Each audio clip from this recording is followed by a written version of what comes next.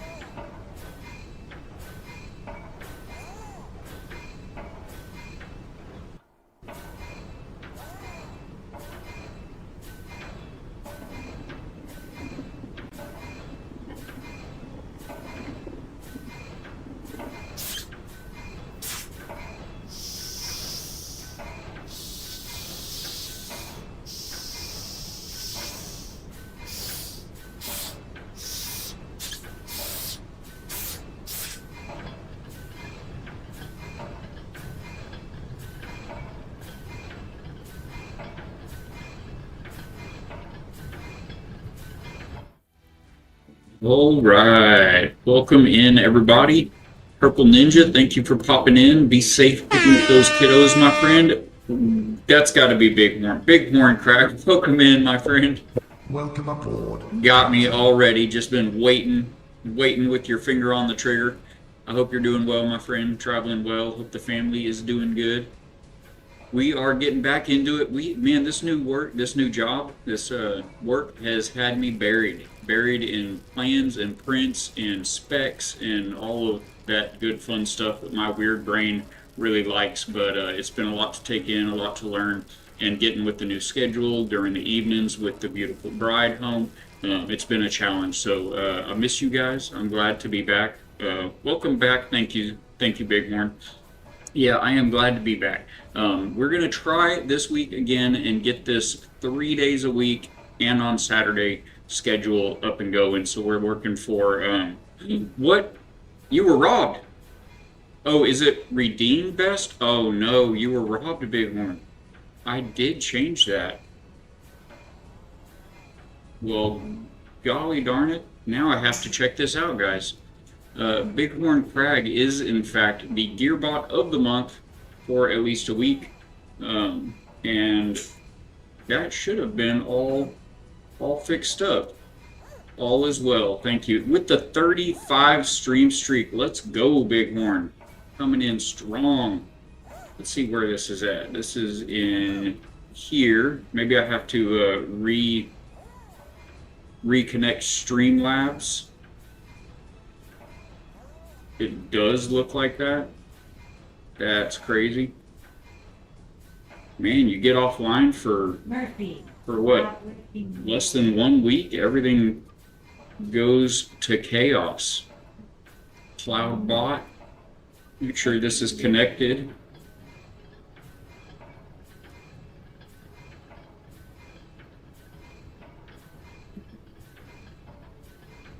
Sorry guys, bear with me for just a moment.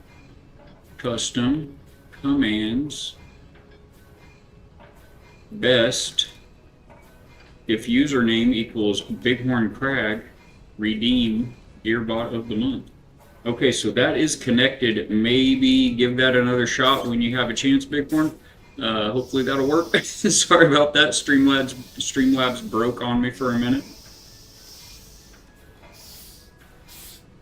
Get this fixed up. So today, guys, we're going to be a little chill. No combat, no extreme adventure going on. Today we are going to be engineering in space, as you can see in the background there.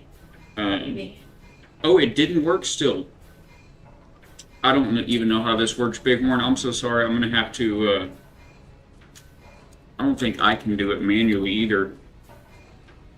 There we go. Okay, I'll figure that out. There it is for everybody. Bighorn Crag is the man. Try the redeem best. That's the big on-screen celebration. Make sure, see if that one works. Redeem space exclamation point best. So yeah, that's a channel point redemption we have here at the factory, guys. You can redeem the best. Usually it works much more smoothly than that.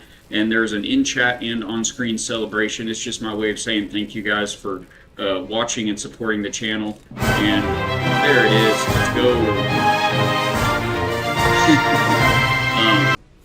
That's just for taking those cogs that you earn with your time and putting them back into the machinery here at the factory and help keep this stream going. And it's just a small thank you for you guys. So thank you all so much. And Bighorn, thank you for being such a good friend of the channel and to me, my friend.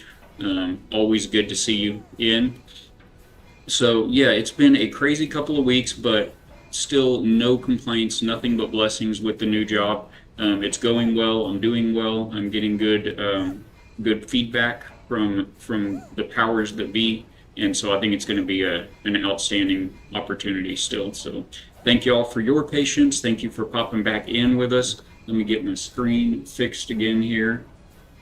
There we go. Make sure I keep an eye on everybody in Rumble, everybody in YouTube. We're going all over the place nowadays.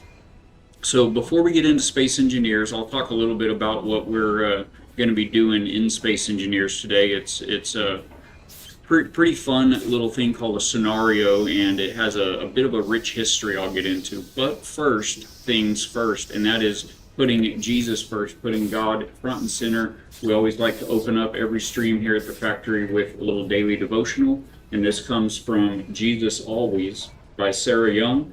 And this is just a daily devotional book, 365 pages of scripture that you can inject right into your day with just a few minutes. The wife and I were gifted this book over 10 years ago, and it's been an incredible resource through that time.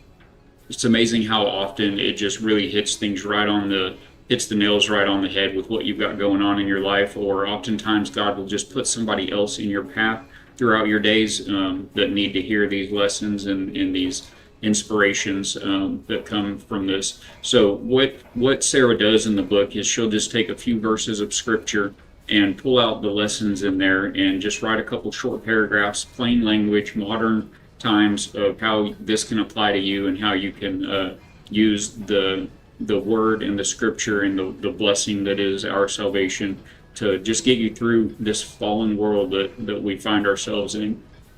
So without further ado, for today, the 3rd of August, this year is flying by, year of our Lord 2026. This devotional today comes from Psalms, Joshua, and Hebrews. Wait in my presence. There are so many benefits, spiritual, emotional, and physical, to spending time with me. Yet many of my children think this is a luxury they cannot afford. Even though they crave rest and quietness, they continue in their fast-paced lifestyle. I want you to arrange your priorities in such a way that you can have some restful times with me. I will refresh your soul and strengthen you for the journey that lies ahead. Be of good courage. Living in this very broken world requires bravery on your part. Since bravery is not the default setting in most human hearts, you will need my help to be strong and courageous. In spite of all the alarming events in the world, you don't have to be terrified or discouraged. Discipline yourself to fix your thoughts on me again and again and again. Find comfort in my promise to be with you wherever you go. Continue your efforts to be courageous and look to me for help. I will strengthen your heart. Thank God for that. That is so true. It's so easy to get discouraged, to get caught up in all of the negatives out there in the world. We watch the news, we read the papers, we hear the stories from kids at school and friends at work, and it's so easy to get caught up in all of it. But yeah, just remembering He is with us, and remembering to carve out even just a couple of minutes every day to just sit in stillness and in quiet with Him, and He'll fill you with that, they say, peace beyond understanding. You know, when things are chaotic, you can still be at peace, you can still have joy when you've got Jesus. So we're so thankful for that. And this came from Psalm 27:14. That reads, wait on the Lord, be of good courage, and He shall strengthen your heart. Wait, I say, on the Lord. And also Joshua 1:9 reads, have I not commanded you? Be strong and courageous. Do not be terrified. Do not be discouraged, for the Lord your God will be with you wherever you go. And then finally, Hebrews 3:1 says, therefore, holy brothers, who share in the heavenly calling, fix your thoughts on Jesus, the apostle and high priest whom we confess. Hallelujah. That is so good. And like I said, it just takes a couple of few minutes, and it can really turn your days around. If you wake up on the wrong side of the bed, it will put you on the right side of the bed. If you don't get to it in the mornings, it's a fantastic way to kind of recenter yourself in the middle of the day. And some of you, I know we have some viewers in the UK and overseas, it may be evening time. It's even a great way to just look back at the day as a retrospective and kind of see what it was that he was doing for you, that He really is there all along. He's the lamp unto our feet, lighting that next step of where we should go so that we can have courage and strength, like it said. So again, that just comes from Jesus Always by Sarah Young. You guys can still pick this up, Amazon, Barnes & Nobles, wherever you get books. It's only $15. Like I said, we've had this one for over 10 years. It's an incredibly robust edition, and the exact same copy is still available. So highly recommend you guys get in on that. And with that being said, let's load up some Space Engineers. It's been a little while since we've popped into Space Engineers here. I love this game. I've got a couple of thousand hours between this game, and they made a sequel that's still in alpha right now called Space Engineers 2. It's done some really, really neat things, expanding on what's possible in the first game. But I like these games because, as you can see there in that screenshot, they have mechanical blocks. They call these particular building blocks mechanical blocks, and they move. They have properties you can set, like their velocity and their strength, their rotation speed. And so we're talking about things like hinges and rotors, pistons, things like that. And you can build all kinds of incredible systems and gadgets and contraptions with these. So you build space ships, you build bases. There are planets. There's space. They've added water to the game.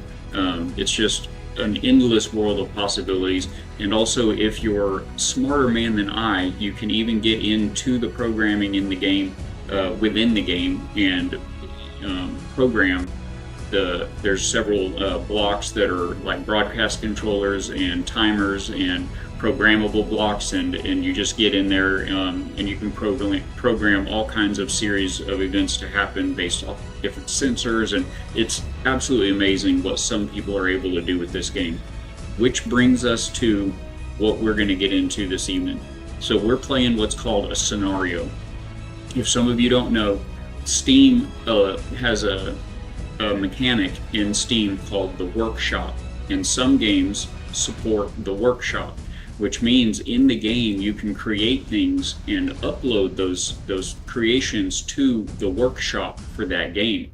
And then other people that own the game through Steam can go to the workshop and subscribe to your creation, and then they can put it in their game. And so you can build a ship or a base in Space Engineers, upload it to the workshop, and people will browse through, and if they're interested in your creation, they can try it on for size and take it for a test spin, put it in their game and play with it.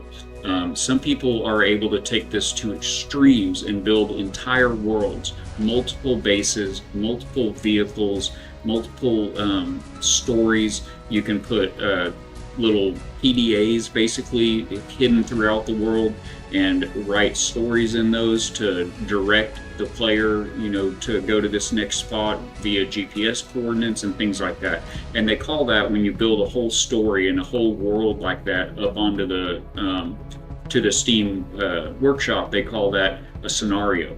And so I've played lots of fantastic scenarios in this game. The developers that created the game, they actually have, you can look here, when you go to start a new game, you can go to story scenarios, and they have Lost Colony, and it tells you a little bit about the story here.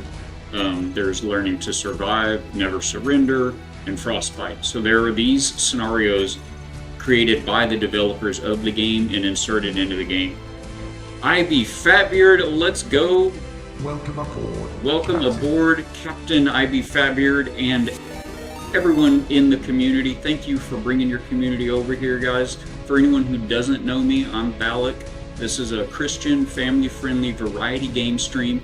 We do all kinds of adventure, survival, crafting games that primarily center around, or at least heavily feature, building. We love building in the factory here on our stream. So Mims, welcome in, ma'am. So good to see you again. Thank you so much for the raid, Fatbeard. So did you guys catch all of them yet? Chat, if you guys don't know IB Fatbeard already, I know many of us do know and love him, but if you don't, get on the train. Go check out IB Fatbeard. There's a link right there in the chat. There it is. Is it? Where's that link, guys? Anyway, go check him out. He's a fantastic content creator on Twitch, on YouTube, on Rumble. He makes instructional videos for many games that he plays, as well as putting up community servers. He's very active with the community, a fantastic Christian father, veteran, and friend. So glad to have you here. Thank you so much for that shout out. I'm looking for it. It didn't happen, did it? It didn't pop up. Oh, well, Fatbeard, you got to say something. You got to say something to get the shout out. That's why it didn't work. But guys, go check out IB Fatbeard if you're not already. You will be glad you did. So yes, so very glad to have you guys in. We're going to get into some Space Engineers today. I was just explaining to chat what these scenarios are in the game. It's like stories that people can create. So there's all these from the developers, but then you have community content. So these are just gamers like you and I who have built things in Space Engineers. written a story within the scenario that they've created and put it up on the workshop, and I found it and liked what I read and played it. So these are all scenarios from other Space Engineers players. I've got probably a dozen or so that I've played in this game. Many of these, this is bringing us around to what we're doing tonight, many of them, there's a shutdown process. LOL. You are not wrong, Fatbeard. You've heard me say it before in stream. When you get going on to Rumble and YouTube and Twitch, and you've got a raid here, and you've got to put a comment in over there and leave a lurk over yonder, it's a lot to do. It's a lot to process at the end of stream. I knew better than that, so my apologies, and thank you again for being here. You're right. There is one heck of a process, and it's not getting any simpler, is it? So there's lots of great creators, guys, in this game. There's many of you from our Valheim streams may remember Beeblebum. He has authored many of these scenarios. There's Ager Builds, and possibly my favorite is a creator by the name of Sarekh. And Sarekh has built not only scenarios, but an entire universe full of lore centered around an empire called the Acne Empire. And you'll see that in text in a little bit later. But the Acne Empire spans thousands of years, hundreds of star systems, and this particular scenario takes place very, very early in the Empire. So we are in our future, we're in space, we have spaceships and space guns and space engines and all this, but we do not yet have many core mechanics from Space Engineers. No artificial gravity, no jump drives, just plain max speed with the thrusters you've got on your ship is how fast you're getting across the solar system. So it's a bit primitive. There's also, you're very limited to what you can build. Typically in this game, you can put out projections of blocks of, whether it be just a square iron block or it could be a O2H2 generator, a big machine, but you place that block and then you have to have all the materials in your pockets, you weld it up, and now you've got that block connected to your grid, which is your base or your ship, whatever it is you're building. And in this game, you're not allowed to, in this scenario, there's rules that you play by, and you're not allowed to build blocks like that. You can't use the fabricator to fabricate advanced parts. This game is this scenario rather is a scrapyard scenario, they call it. So we're playing with a couple of mods to the base Space Engineers game. Some of these mods include the grind and weld mod, where you can, typically when you take your grinder in this game and you walk up to that, programmable block right there, and you take your grinder and start grinding it, it starts breaking it down and you get the parts that it takes to build it. You get those parts back out.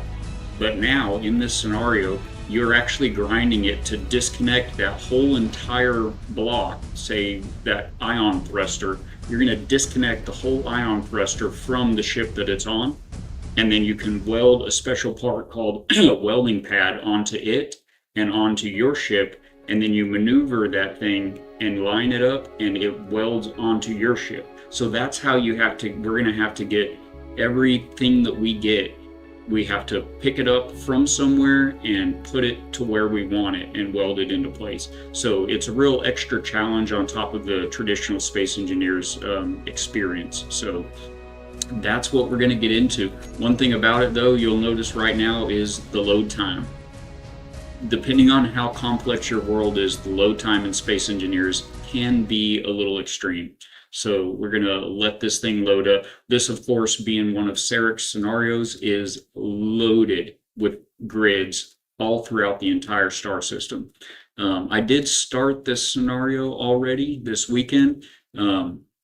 So if we want a little bit of extra backstory, let me know. We can read through some of the GPSs. There's a lot of reading involved, so I know there's a balance between content and lore and all of that. So just let me know in chat if you want to read things out and everything. But at any rate, what basically to get you all caught up is you are in this scenario, you're just a worker bee. You're just a regular old engineer working your shifts and your assignment out in one of the far reaches of the Empire's solar system. And it starts off, you have like a kind of a pod that is your home, and it's just stuck to an asteroid. Right outside that pod, you have a moderately sized and equipped ship. You get in that ship and start taking off to the first GPS waypoint. Welcome aboard, Otto Whale, Captain. let's go. Good to have you in. Thank you for joining. Welcome to the factory, my friend. Good to have you. So it takes you from your little home pod. There's a GPS signal that you can see out in space. You head for that, and it's a larger ship, and you get on board that ship. There are NPCs in the game. In this scenario, Sarekh has not used any of the new NPCs that they've introduced now that are going to be interactable and have an AI, so they're going to move around and everything. These are basically just decorative people in various positions, but you can assign text to them, so you can interact with that individual NPC that you find, and it's like they're saying something. It'll pop up a text field and have a little bit of a story or a comment from that person. So we went to the ship, this larger ship. It's the big orbital ship around the planet Khora and its moon, and we received some tasks, many tasks actually. This is not something we're going to be finishing tonight, but we're going to have some fun and see what we can't hack away at it. So the tasks involve doing tasks, doing chores, completing items for 3 various houses, big high-ranking families in the Empire that are assigned to do certain things here in the system. So we ran into House Locorin and House Mizuel, and there was one other. But where I'm at right now is we're looking at my ship right up there. It's got a big pod that I've connected to it underneath, full of O2 and H2 tanks. So these engines, the yellow engines here, are hydrogen engines. These are the workhorses in Space Engineers. These do require hydrogen gas to run, but these engines can provide lift not only in space, but also in atmosphere. So if you go down to a planet, these engines will get you down there and get you back out. There are 2 other types of engines that are cheaper to build and to run. They only take power, battery power to run them. One of them is called an ion engine, which is this little guy right up here, the blue. These ion engines, these only work in the vacuum of space. So if you have a ship equipped with ion thrusters and you go down to a planet, you will crash. You will not be able to slow down. You will not be able to take off. They only work in the vacuum. Then there's other engines called atmospheric thrusters, and surprise, surprise, those only work in atmosphere. So the bonus about hydrogen thrusters, not only do they work in atmosphere and in space, but they are much more powerful, generally pound for pound, than the ion and atmospheric thrusters. But they do require hydrogen. So that's usually in most Space Engineers games, that's achieved by building a O2 H2 generator on your ship, and you load that thing down with ice that you mine from ice deposits on asteroids, like this big black lump in the background here. I'm sorry, right now we're on the dark side of this asteroid. I won't look too much because it's so bright, but you can see the 2 suns back there in the background. This is a binary star system as part of this scenario. And so it's a little dark back there right now. Hey, Moose. Welcome aboard. Good to see you, my friend. We are out in space today. I'm going to try to cover this real quick and then get to work, because you'll notice that little orange bar down in the bottom left is radiation, and I am building up radiation out here in space. Maybe I'll try to get into the shadow while I'm talking, the shadow of the asteroid, see if that starts dropping. There's lots of good ways to die in Space Engineers, so. There was a provincial holiday today, so a lazy day. Nice. Very good to hear. I had a long, not relaxing, very busy day at work. It was a little hectic, a little chaotic, but it was so good. I'm loving the new job. But yeah, good to see you here. We're going to try to get this schedule down for these evening streams. I miss you guys, so Oh, and we're in an ad on Twitch. You guys hang in there with me.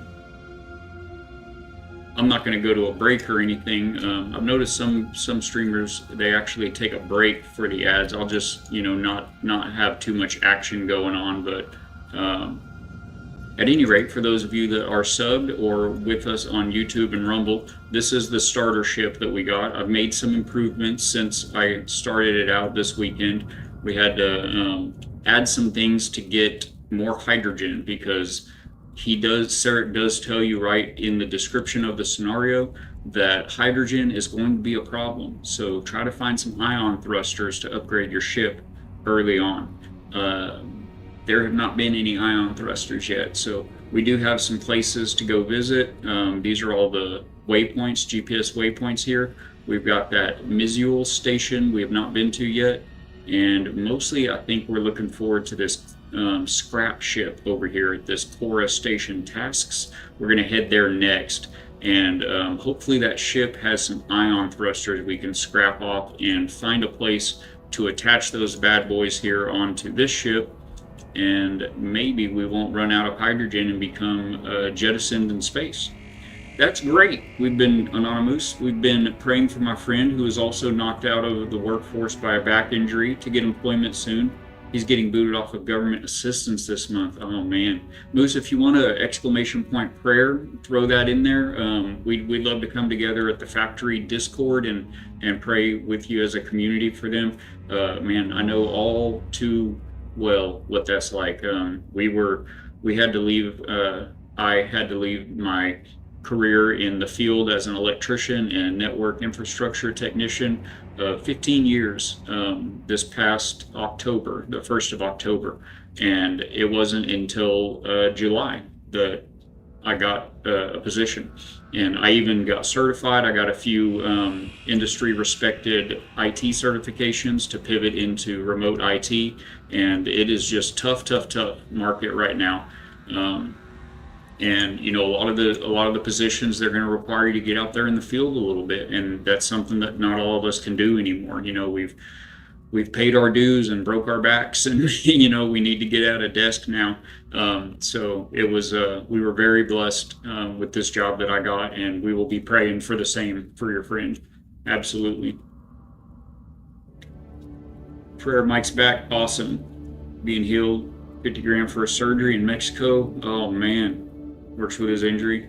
Hearing bad things in general about the job market, it is tough. The good news is that they say employment numbers are up, unemployment numbers are down, but man, if you're unemployed, it's not good news. It is hard to find a spot. So is that a O2H2 generator? No, that's the new sci-fi hydrogen engine.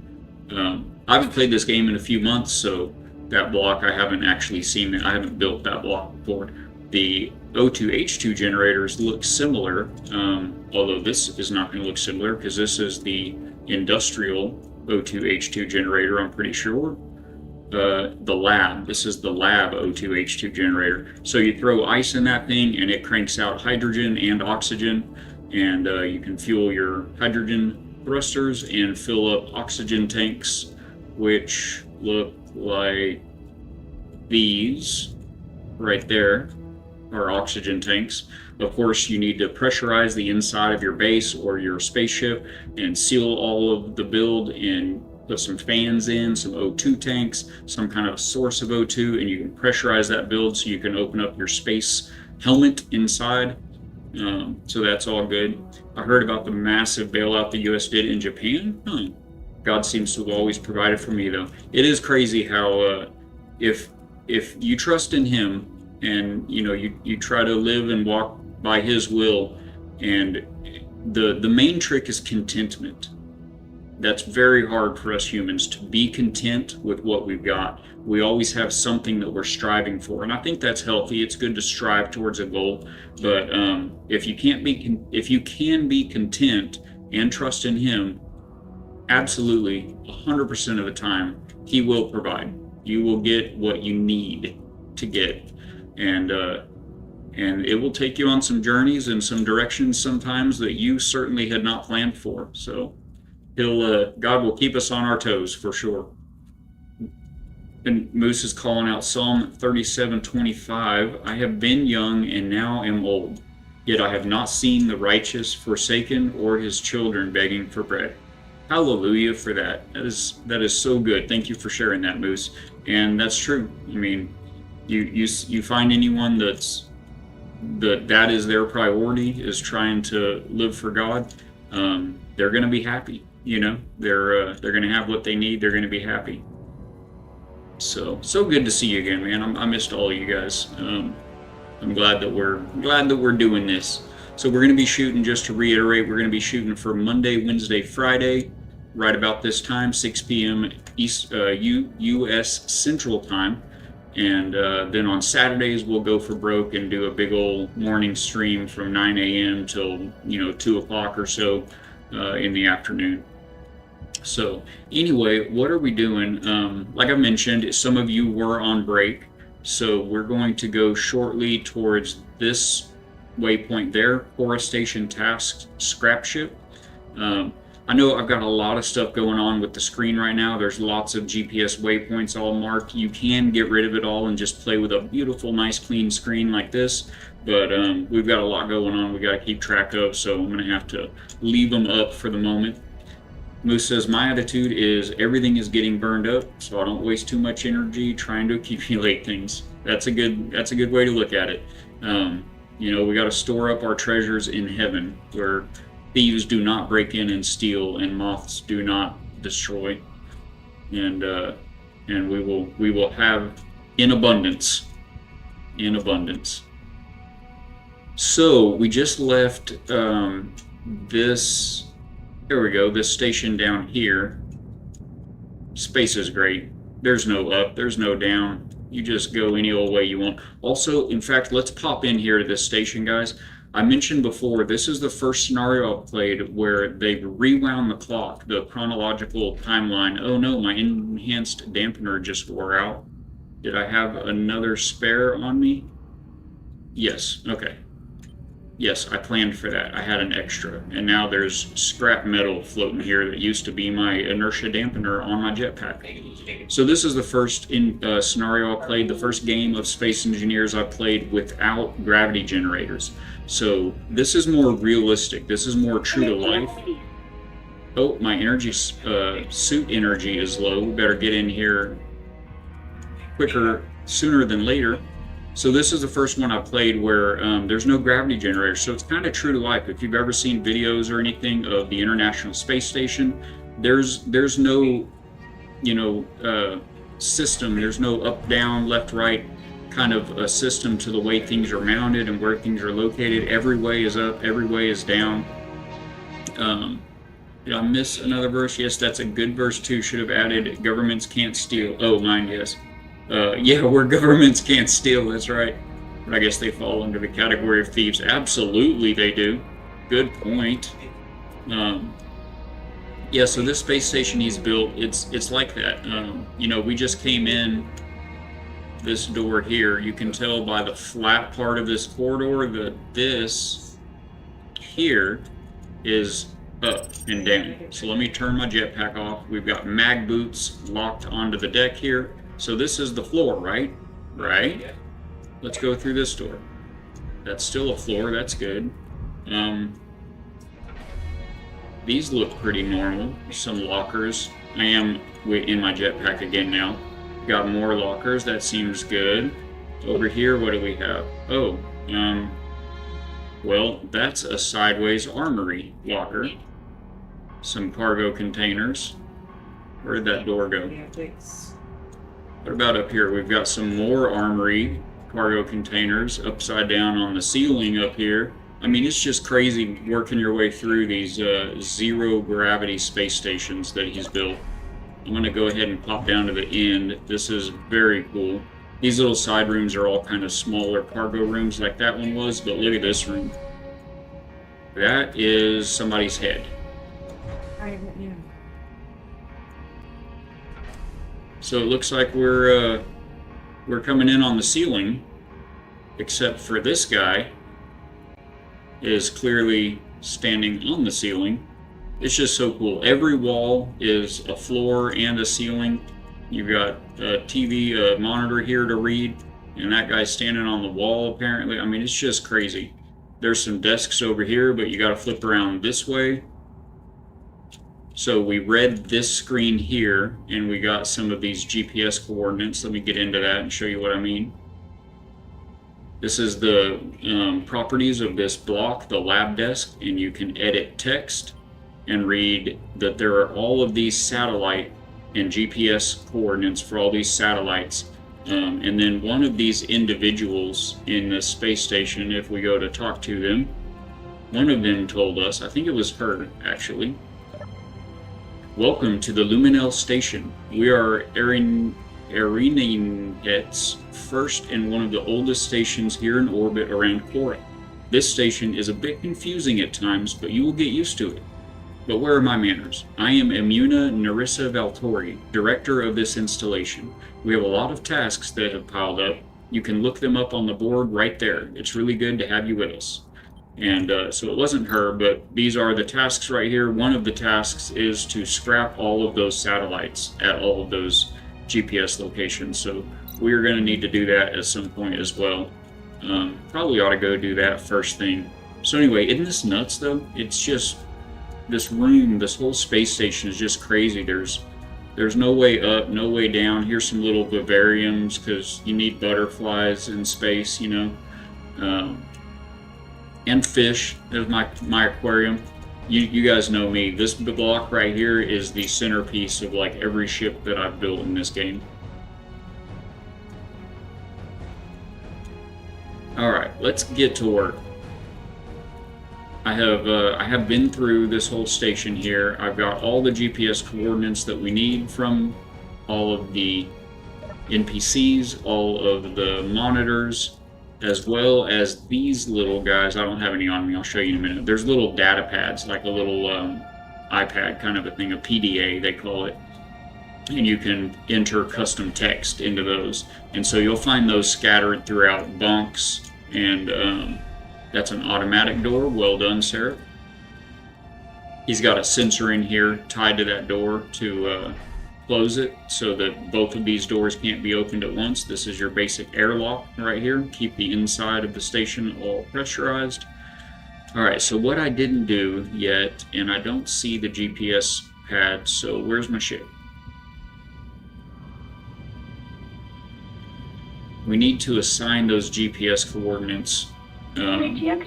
Oh, the suit energy. I did forget about that. Let's go ahead and do that right this second before we die.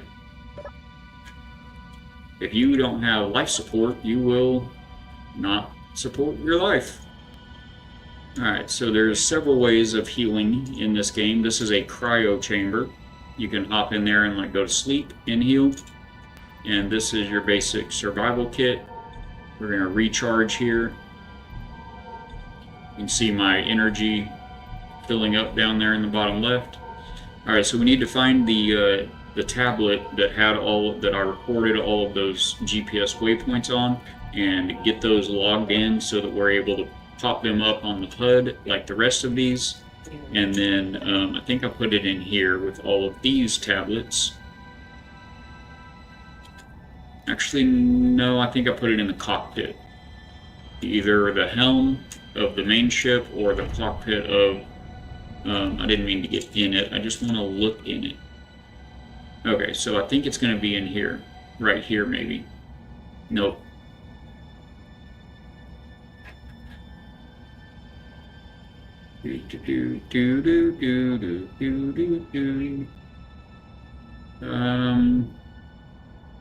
Khora station. I don't think I have it, apparently. Because it should be House Ehrenhart. Okay, let's go get it. I thought I made a PDA of that, but perhaps I didn't. So I have some blank PDAs in here. They're not in there. Let's go check the little bug ship. I mentioned before this is a scrapyard scenario, so you have to grind loose blocks from other grids and place them onto your grid, onto your ship. And one of the ways I'm doing that is with this little tug ship. Don't hang out in front of a thruster too long, it will burn you. This is a little tugboat ship here. We've got these magnetic plates that are landing gears attached to the front of it. Let me just hop in the cab here. You can kind of see it there. And let's check the cab. It's empty. Somewhere I had like 4 blank PDAs, and I thought I put them all in that locker and or in the helm, in the seat of the helm of the ship. Let's hide empty containers. Scroll through here. These are all of the ones in the helm. None of those are blank. See, they all say 1, 1x, 1x, 1x. There's a picture like that looks like this that says like 4x. It's a pile, a stack of multiple blank PDAs. And I was going to use that to copy paste the text over of all of those GPSs. I am not seeing them, guys. All right, let's just read through these real quick, or scan through these real quick. Make sure that none of them are... This is our main mission. So after we're done with all this stuff up in orbit, we're supposed to go down to that moon and build a base, a forward operating base that will be able to sleep at least 4 scientists and contain all of this stuff in here. And again, we've got to gather all of these parts from other places, from other, ransacked derelict stations and shipwrecks and things like that. And it gives you a GPS site as your designated building site. What else? That's not the one. That is also not it. That's not it. That's not it. That's not it. And that's not it. I'm at a loss here, guys.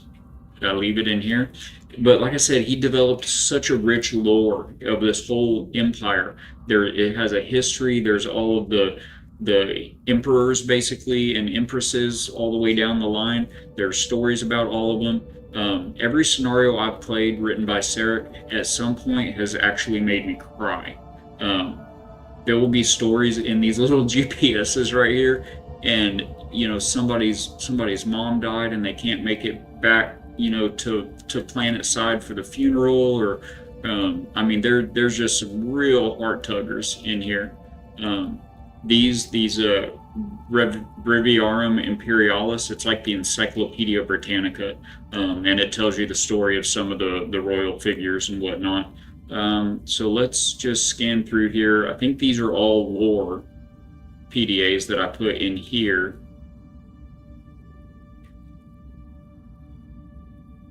Oh wait, this one was this is where it told me that I need to scrap all of those satellites.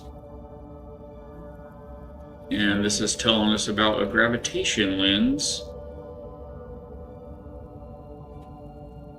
Let's just do a search here, and that's it. That's all of them. So, I don't know. I've lost them. Is there anywhere else I might have put them? I was looking at this module here. We get this, so we've got to figure out a way to put this on that. Put this on there. The easiest way would be to simply use this connector right there. These are like docking connectors in the game. So if you line that up with another one near it enough, in close enough proximity, you can attach them, connect them. So that'd be the easiest way to do it, but I kind of already got this big bad boy full of tanks connected to the connector that I think this one would need to go to. Is there a merge block on the front of this? There is. Okay, now we're talking. So let's get our tug ship, and we're gonna disconnect this whole module right here from that connector, that green mark right there. We're gonna grab it with the tug ship and get it lined up with that other one and merge them together, and then we can just attach the one on it. So yes, let's do that. Alright, so let's get into the control panel of this module here. and we're going to search for connectors. Anything in white is part of the current grid that you're interacting with. Anything not white is another grid. So these 3 connectors are on my ship, and these 2 here are on this module. So we're going to go to this connector, and we're going to switch the lock to unlock. And now that is floating free. Okay, let's get our little tug ship. You can also get in, actually I can't right now because I have this power turned off. Let me fire it up. You can actually get in this tug ship back here at the back if you need a quick break out of the radiation. You can pop inside here and close the door.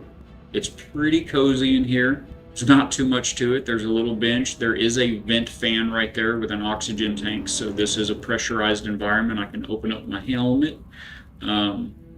Okay, so let's hop in the cockpit, go to our second toolbar, disconnect our mag plates, get a little bit better view here. Let's go into first person, and we are going to go grab that thing.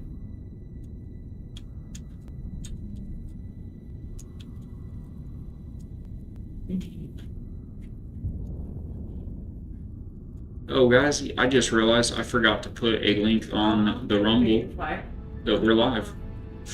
Oops. That's alright. We've got some great people that have joined and followed over there, so they'll find us.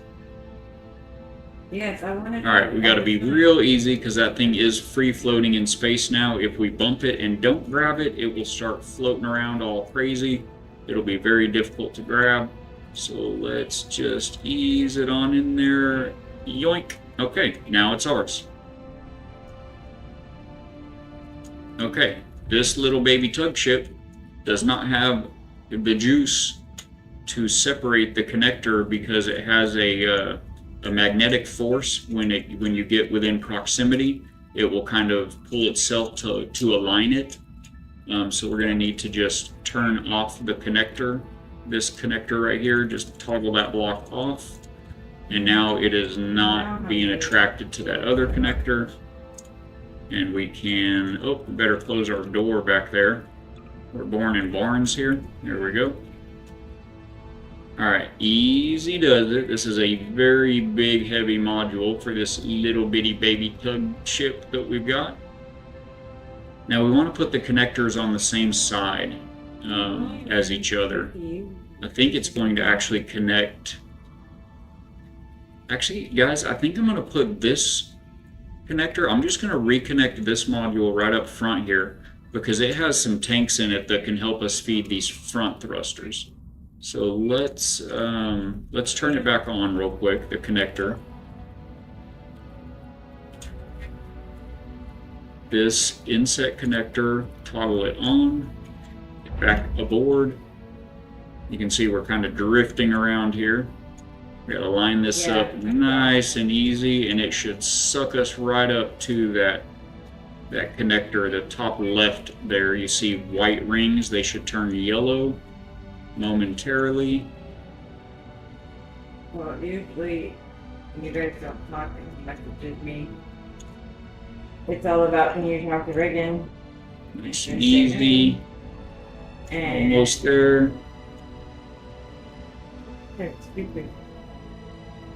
There it is. Now they're yellow and ready to connect. Do we like the lineup? Not really. Let's try to tweak that right there. A little bit more right there. Try to. Alright, I'm just gonna let that go, I think. Yeah. What did you do? Get off of that thing and get it connected. Inset connector, lock. Okay, green, green. That dude ain't going nowhere. Alright, so now we've got all of these tanks feeding these thrusters. Now let's go get the new thruster pack. There, I agree with you. It's going to be this whole module here. And I think the connector for this is actually underneath from where we're at right now. So Didn't listen to me when you were... Don't bump things. Give me wrong. Easy about it. We should be able to just grab it What? and spin it. You're not trollable. So... Yeah, let's try that. I think we can just grab it and spin it like that, and it'll be... No, because then the thrusters will be pointing forwards. We probably want these thrusters pointing backwards. So I'm going to flip upside down. No. And we'll grab it and then flip right side up. Yeah, you're thinking right. No. So you could have been worse, but out of the three... You got to check multiple angles when you're really worse. operating in zero-G. Appearances can be deceiving. Alright, let's grab it. We got it. We got it. You just like to get... Are we moving? You just like to get... Um, Your sister like to instigate... I don't think we're moving. You still do? We're not moving. Why aren't we moving? Is this not a... You both have got... Is this a static grid? Do it, and I see occasionally that little ornery sparkle in both your eyes. Just the method. So, it's not static, or it would say convert to... You both get that little... Convert to ship. Lens. So, why can't I move it? First of all, can I just own everything? You both get the Let's select every block in the ship and transfer to me. Yes. Now I owns it. We do have a new ad coming up here in just a few minutes, guys, on Twitch. So feel free to go bounce over to Rumble, bounce to YouTube, or just simply grab yourself a snack, hang out, do a little shopping, and we will be right here on the other side. So we should be able to... Oh, it's because there's all these huge hydrogen thrusters with inertia dampeners on, keeping it right where it's at. So let's turn off all these thrusters. You too, Ion. We're going to turn those off. Alright, now hopefully we can move it with our little baby tug ship.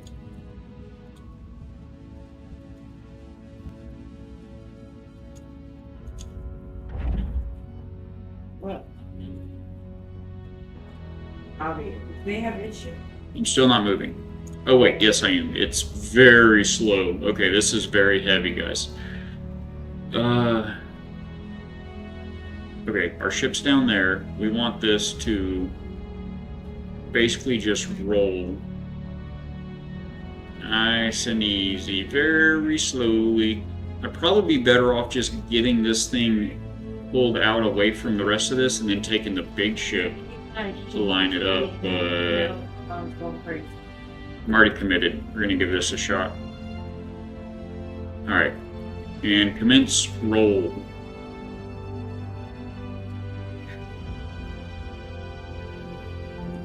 Don't hit, don't hit.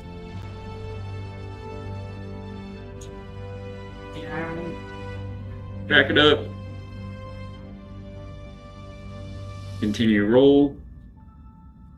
We're gonna hit? Yeah. Oh, that's so close. Alright, we're good, we're good. Continue rolling. I'm gonna be happy. I don't want to... This thing has a lot of inertia behind it for this little baby ship here, guys.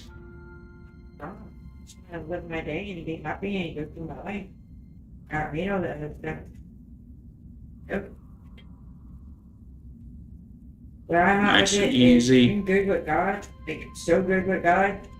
And as long as I'm good Alright, with let's God, try to start getting it into position a little bit here. so, We're gonna need to back up, finish the roll.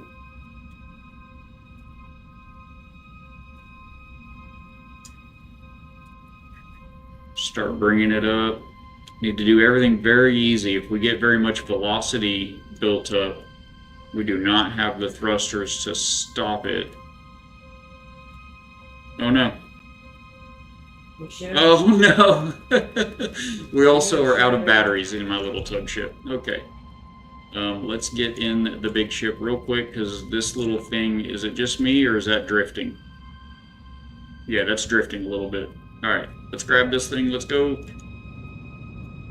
And we are in ads over on Twitch. Thank you guys for hanging out, supporting the factory.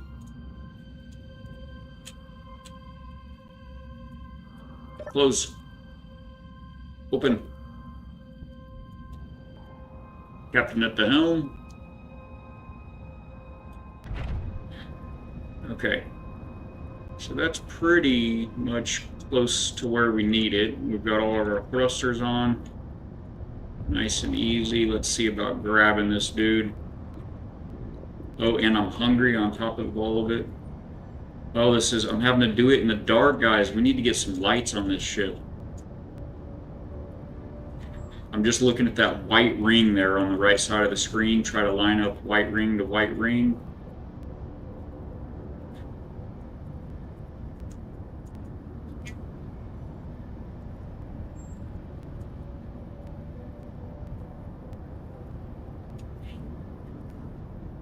Are we there?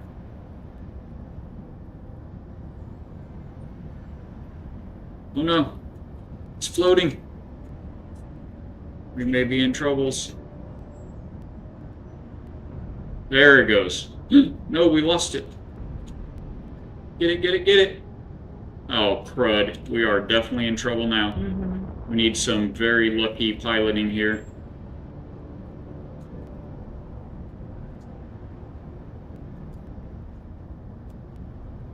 Oh man, this might end very badly, guys. We may be reloading here. Alright, well, yeah, I don't even know how to say anything like that. This is why I didn't want to do it with the big ship. It's gonna make me. It's so hard in the dark. Easy, easy. Boy. See if we can just get it to stop rotating a little bit. It is in such a bad position now. So for those of you that were on break, I tapped this module I'm trying to grab, and you know what? We may be better off trying to... How am I going to charge the tug ship? That's what we need to do. Try to get a battery on that tug ship so we can grab this thing nice and easy. I'm afraid it's not moving now. It's so hard to see with the being on the dark side of the moon here, but it's not moving right now. It's that little white ring there in the middle of the screen, but I don't think I can get the angle on it to grab it.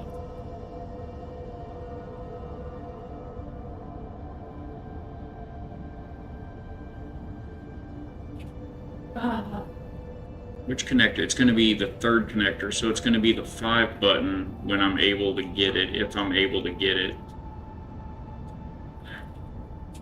See, our solar panel is almost hitting the station there already. Okay,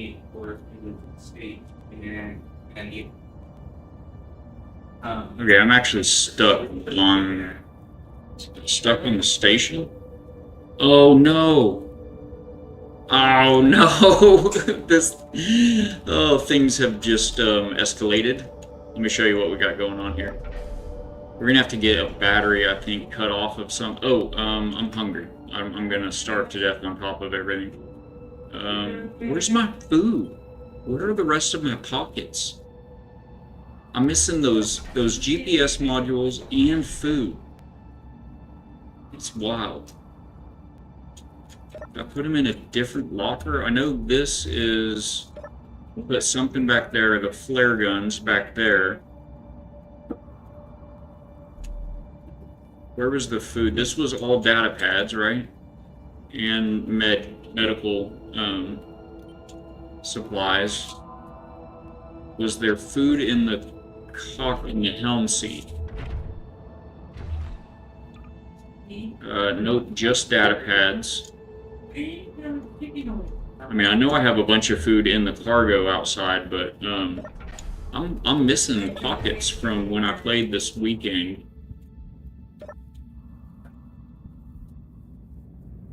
So let's get a hold of some food first. Hey. There's a lot of food. Actually, that's not a whole lot of food. That's not my food. That's like food to grow food. We're gonna hide the empty inventories. And for all the food, where's all my food? Oh, okay, it is right here. All of this is food, but I'm missing the food that I had. All right, so we'll just grab, what is that, 5% food? That's not good. 51. Okay, we'll grab that, eat one of those. Okay, we're not going to starve to death. Now, what we've got going on here is we're trying to maneuver this big ship to get this connector right here to line up with that connector so that they turn yellow, suck into each other, and then we can lock them and connect it. I have a hotkey on my ship control when I'm in the ship, piloting the ship. I've got a hotkey to lock and unlock these connectors. So we just need to get it lined up like it briefly was a minute ago and actually lock it this time. But I was trying to do it with my little tug ship right there, and it died. It ran out of batteries. Welcome aboard. Hey, D-Regs TV, welcome in, my friend. Good to see you. Thank you for popping in. Doing a little Space Engineers shenanigans tonight. How have you been? Did you, were you streaming today? I need to get you a shout out built into there. I know that I popped in and lurked on you over there on Rumble and on Twitch. I do not have an auto shout out for you. Guys, D-Regs is another great Christian content creator on both platforms. Do go drop a follow, check him out. See what kind of fun and hope he's sharing over there. All right, so since the tug ship died and I couldn't move this module into that connector nice and easy, I took the whole big ship and was trying to be gentle and maneuver it to connect it. But we're in the dark on the dark side of this asteroid here, and I bumped it and it started floating. So then I'm trying to maneuver the whole big ship to get those two connectors together, and this just happened.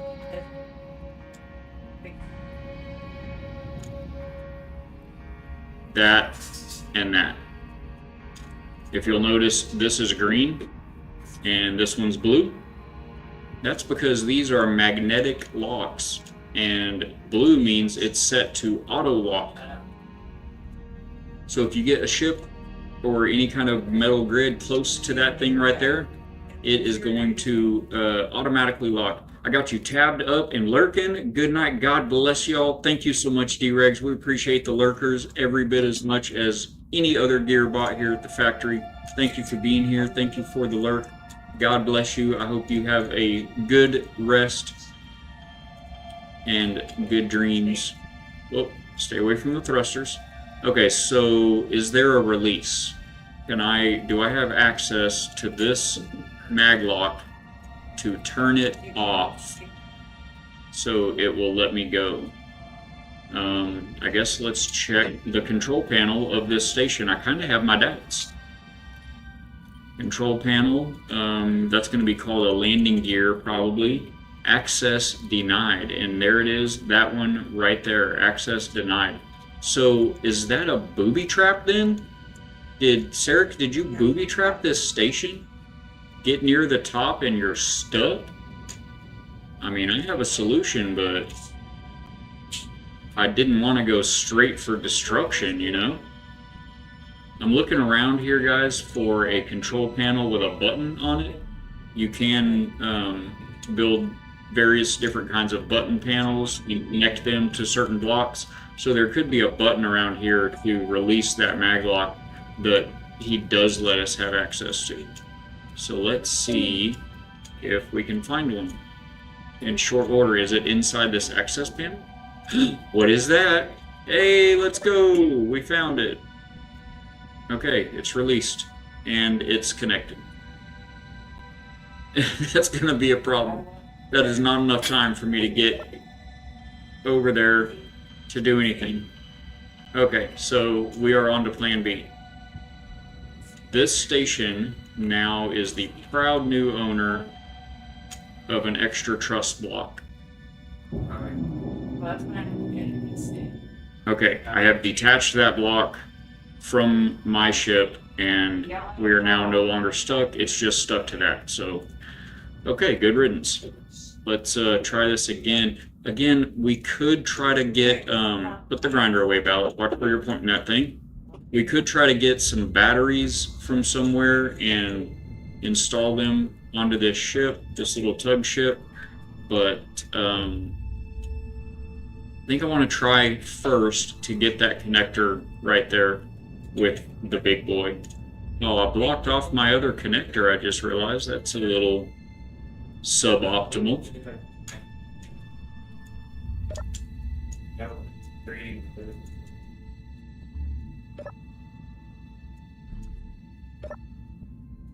Thanks. I don't really have to close this inner door. I just like being safer than sorry. Okay, nice and easy. Where were we here? So we need to go forward a little, roll a little, left a little.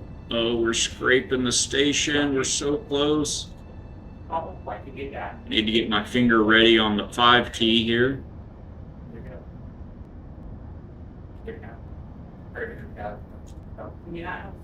Grab it. Got it. Got it. Got it. Lock, lock, lock. Oh, it's 4. Okay, we got it. Everything is fine. Nothing even blew up, guys. We didn't even blow up. It's fine. Okay, so now we have... Let's try to get into some light, shall we? Where's the sun around this place? Over there?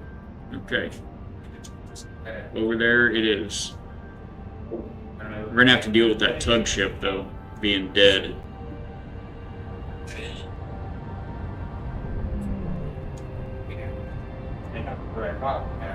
We don't want to get too close to that moon right there, because if the gravity well gets a hold of us, we may be in trouble with our current setup. Are we on the whole dark side of the planet? I think we are. Alright, where is... Oh, I don't want to get too far from that station, though, because there's all of those... We need to take down the coordinates. Okay, so let's try to straighten this up here. Oh, I'm scared to let it go. What was it, 4? Okay,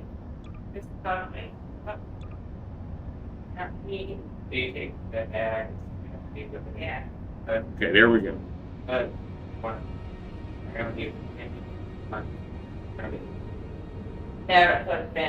Trying to very gently straighten this out. Yeah, we have one that holds the campfire. Hold on, see what he wants to do. Yeah, realize I already have it here. Okay, that's close enough.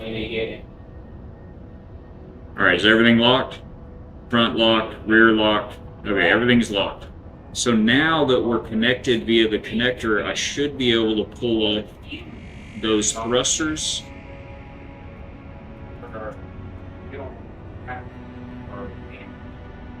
Yeah. Those new thrusters. Let's see. That's one of them. Turn that off. On. Turn that on. That one. That one. Is it all of these at the bottom here? It is. Alright, let's select all of those. Turn all of those on.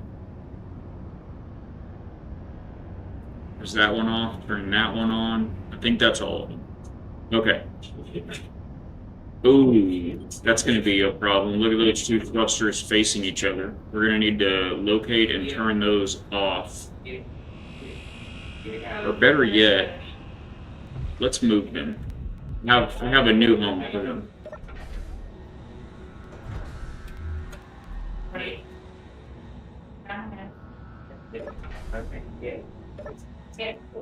So to build these welding pads I told you about, to attach parts to a different, parts from this, you can like cut that tank off and move it and put it over there. You build a welding pad.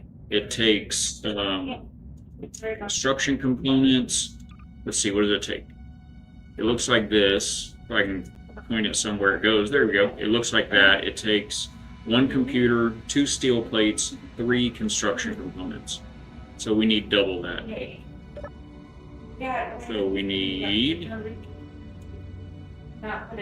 is it 1 computer, right?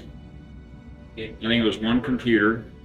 Why is, oh, those are in the con module. Okay, that's all right. We have some right here. All right, so we need 2 computers, 6 steel plates, and 4 of these, I think.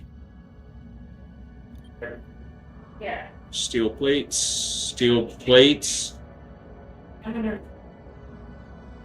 Oh no. Oh, because I typed in COM. Okay. We should have like thousands. 2,300. Okay, that's very good. That's a lot better than 0. 6 of those, I think it was. For 2 of them. Okay. So what we're going to do is we're going to get rid of this cover right here.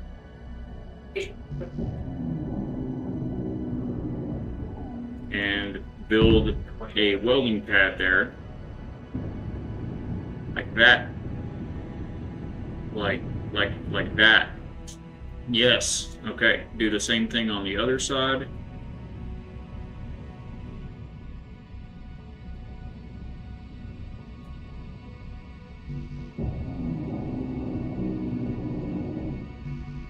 And thank you, my beautiful bride. You're so sweet to me.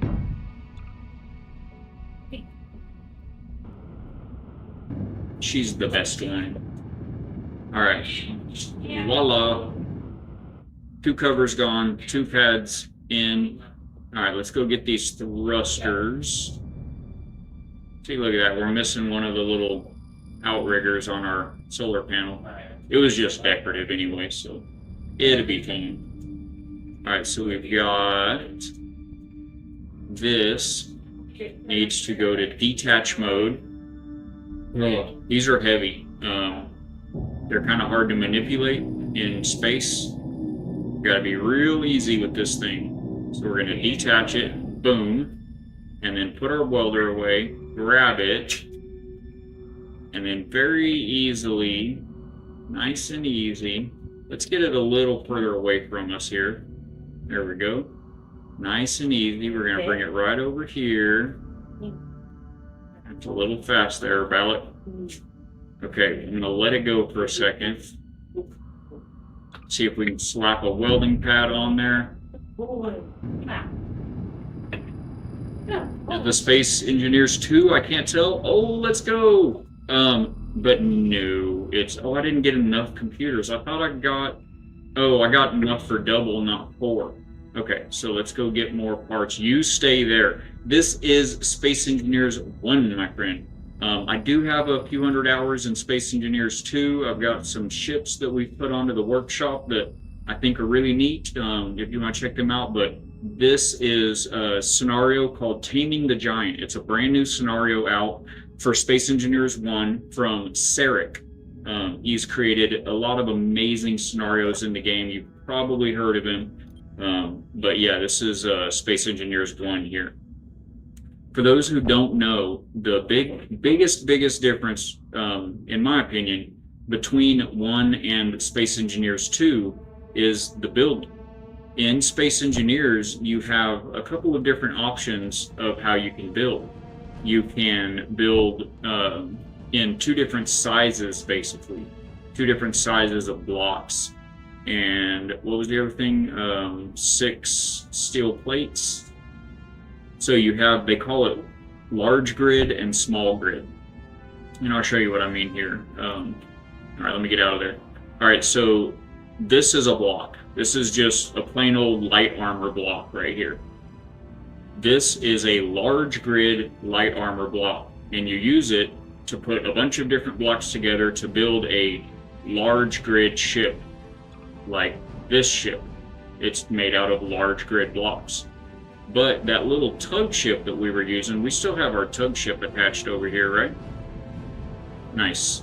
This ship, as you can see, is small blocks. So if I pull that same block out, that's a large grid block, that's a small grid block. You can't put a small block, this little guy here, let me see if I can remember how to bring it close to me, there we go. You can't put this little block on this ship. If you aim this small grid block at a large grid, it will pop into, let me move it away from me now, it'll pop into a large grid block. They are separate systems, large grid, small grid. So if you want to put a bunch of detail into a large grid ship, you've got to do it with some big blocks. It makes things a little tricky, you know, to detail things. If you build a small grid ship, you can get really fine details, but you have to use thousands of blocks, right, to build the same size of a ship. So looks like you have some mods. Yes, Last of Us, nice. I do, yeah, you see the little batteries on the side? Yeah, yep. Now these batteries are vanilla batteries, but we are running multiple mods. Again, we're playing this scenario called Taming the Giant, and this scenario comes with mods that are dependent for the scenario to run. This whole solar system we're in actually is a binary star system created by another engineer out there. The planets and the moons revolve around, you can only see one of them right now, they're on the other side of Khora, this large gas giant planet, but it's a binary star system, so there's 2 stars right at the middle of it instead of 1. But there are multiple mods. The mod that I'm using to detach blocks and move them around and weld them back onto other grids, of course, that's a mod. The traditional way of merging different grids together is with merge blocks. For those of you that don't know, that's what this block is right here. That's a merge block, and that's a merge block. If these 2 blocks were both powered and we brought them together, they would merge and become one grid. Whereas right now, the main ship is connected to this module down here, but it's only connected via this connector. So this is what they call a subgrid. It's not really part of the main grid, this main ship. But it could be if we connected that merge block to a merge block on the main ship. So the only way you can connect grids like that is with merge blocks. And there's some funny little shenanigans you can use to try to get a small grid block into a big grid. But basically, for all practical purposes, there are 2 systems, large grid, small grid. In Space Engineers 2, they have introduced the unified grid system. So you have large grid blocks and small grid blocks that are able to be put together on the same grid. You can just smack down small sized blocks onto a large sized grid. Not only that, but there's more than just small and large size blocks. There are 4 sizes of block. All right, let's see if we can get this thing rotated around where it needs to be. You've got to line these weld pads up just right.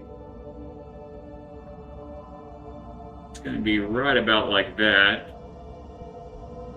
Let's see if we can get this thing into position, and we will have effectively moved the thruster. So Last of Us, this scenario is what they call a scrapyard scenario. I'm not sure if you've seen or played any of those, but the basis is that you can't fabricate and build blocks like you normally can. You have to scrap everything off of other grids. And it's kind of like a precursor to the almighty Space Engineers that we're used to being. In these scenarios, you're a bit more primitive. It's an older version of space engineering, before artificial gravity, before jump drives, before assemblers, and all of that. So let's do that whole thing again. We're going to detach mode this block, detach it from the grid. There we go. It is free floating. We're going to grab it, get it pulled up out of that hole. Energía humilis. Let it go. Make sure it's not floating around on us. Okay. Let's weld a welding pad onto the bottom of it here. I like your ship. Looks like a space station. Thank you. I appreciate it. Man, I love building, but I will not and cannot take credit for this particular ship. This is a creation by the author of this scenario. They've built many ships and space stations that are scattered throughout the solar system, and they've introduced multiple steps of tasks that you have to complete to get your hands on certain modules and things like that, and work your way through this story of that they've presented in this whole scenario that they built and put on the workshop. So in this scenario, I haven't really done any building myself. I have built some pretty neat ships, and those are on the workshop. If you'd like to check those out, they are Ballot builds. This is us, and they're listed under Ballot builds. Give them a gander. Let me know what you think in the comments. But yeah, these are not my ships. These are created by Sarekh, and they are really cool. It's very much a space station feel. If you stick around for just a minute, I'm about to have to go back inside the space station right below us to get my hands on some of the coordinates that I apparently lost. And when we do that, you'll see what I mean. It's really cool. It's kind of realistic. The way that the trying to get that squared up there. I think that should be close enough. It's kind of like current space travel and technology. It's 0G, so the space station, everything inside, there's no like floor and ceiling, there's no up or down. Everything is everywhere on every wall, and every wall is a floor, and it's crazy. All right, so look at that. We've got both of those hydrogen thrusters moved. My suit energy is critically low. Let's charge that up real quick before we die. Now, I'm trying to remember, Last of Us, maybe you can take me, maybe you can help me out. It's been a few months since I played this. Shouldn't ships charge through the landing gears? Like if you land a ship on a large grid that has power, shouldn't that ship charge its batteries through the landing gears, or is it only connectors? Let's see. Let's go over here to the survival kit and refill our energies. I see you have O2 growers on the side, and they work so much better than when they first put them in. No, not without a mod. Okay, thank you. Yeah, when they first introduced those O2 gardens, what are they called?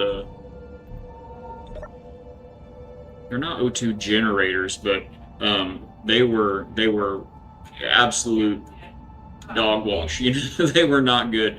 But yeah, one of those I did add those to the ship. We scrapped one of those off of one wrecked satellite that we found, and scrapped the other one off of a different one. So one of them is an O2.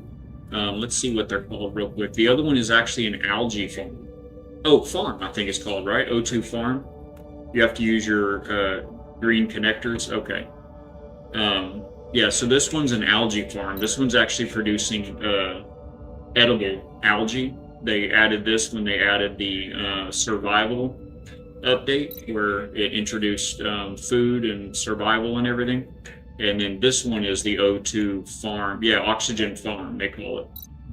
It's not making any oxygen right now because we're not in the sun. But anyway, let's go get these coordinates right quick. Do we have our antenna on our ship? Always make sure that your antenna is on. There it is right there. Okay, Laravel is the name of our ship. Always make sure your antennas are on. You will lose things so easily in Space Engineers. It's ridiculous. And space is big, guys. It's big. It's hard to find stuff when you lose it. Space is so big.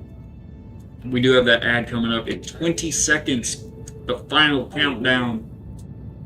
Just noticed the food. Yes, yeah, it's crazy. Yeah, it's that red circle down there on my, hello? Dampeners? Is my dampener, do I have a dampener? 14. No, that's.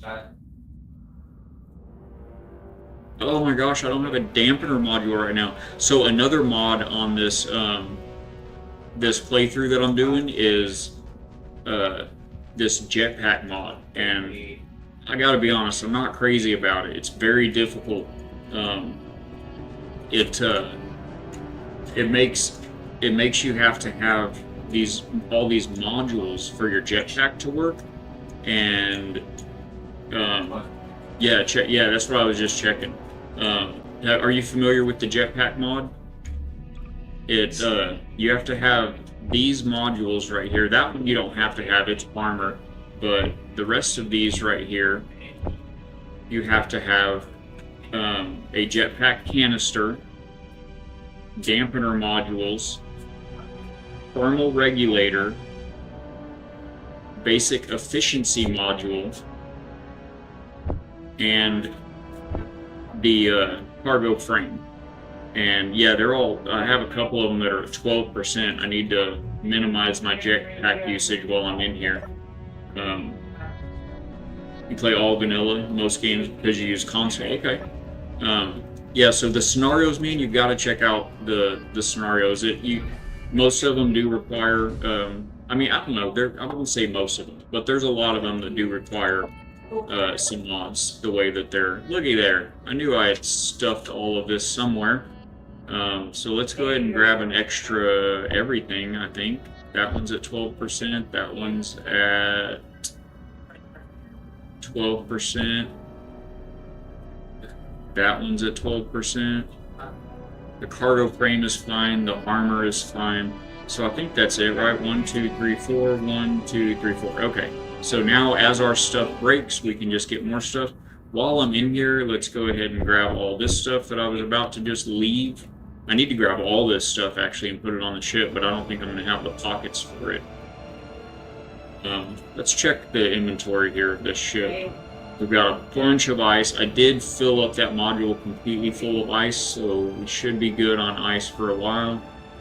Lab freezer 5. That was a PDA that I already had a copy of, so nothing in there.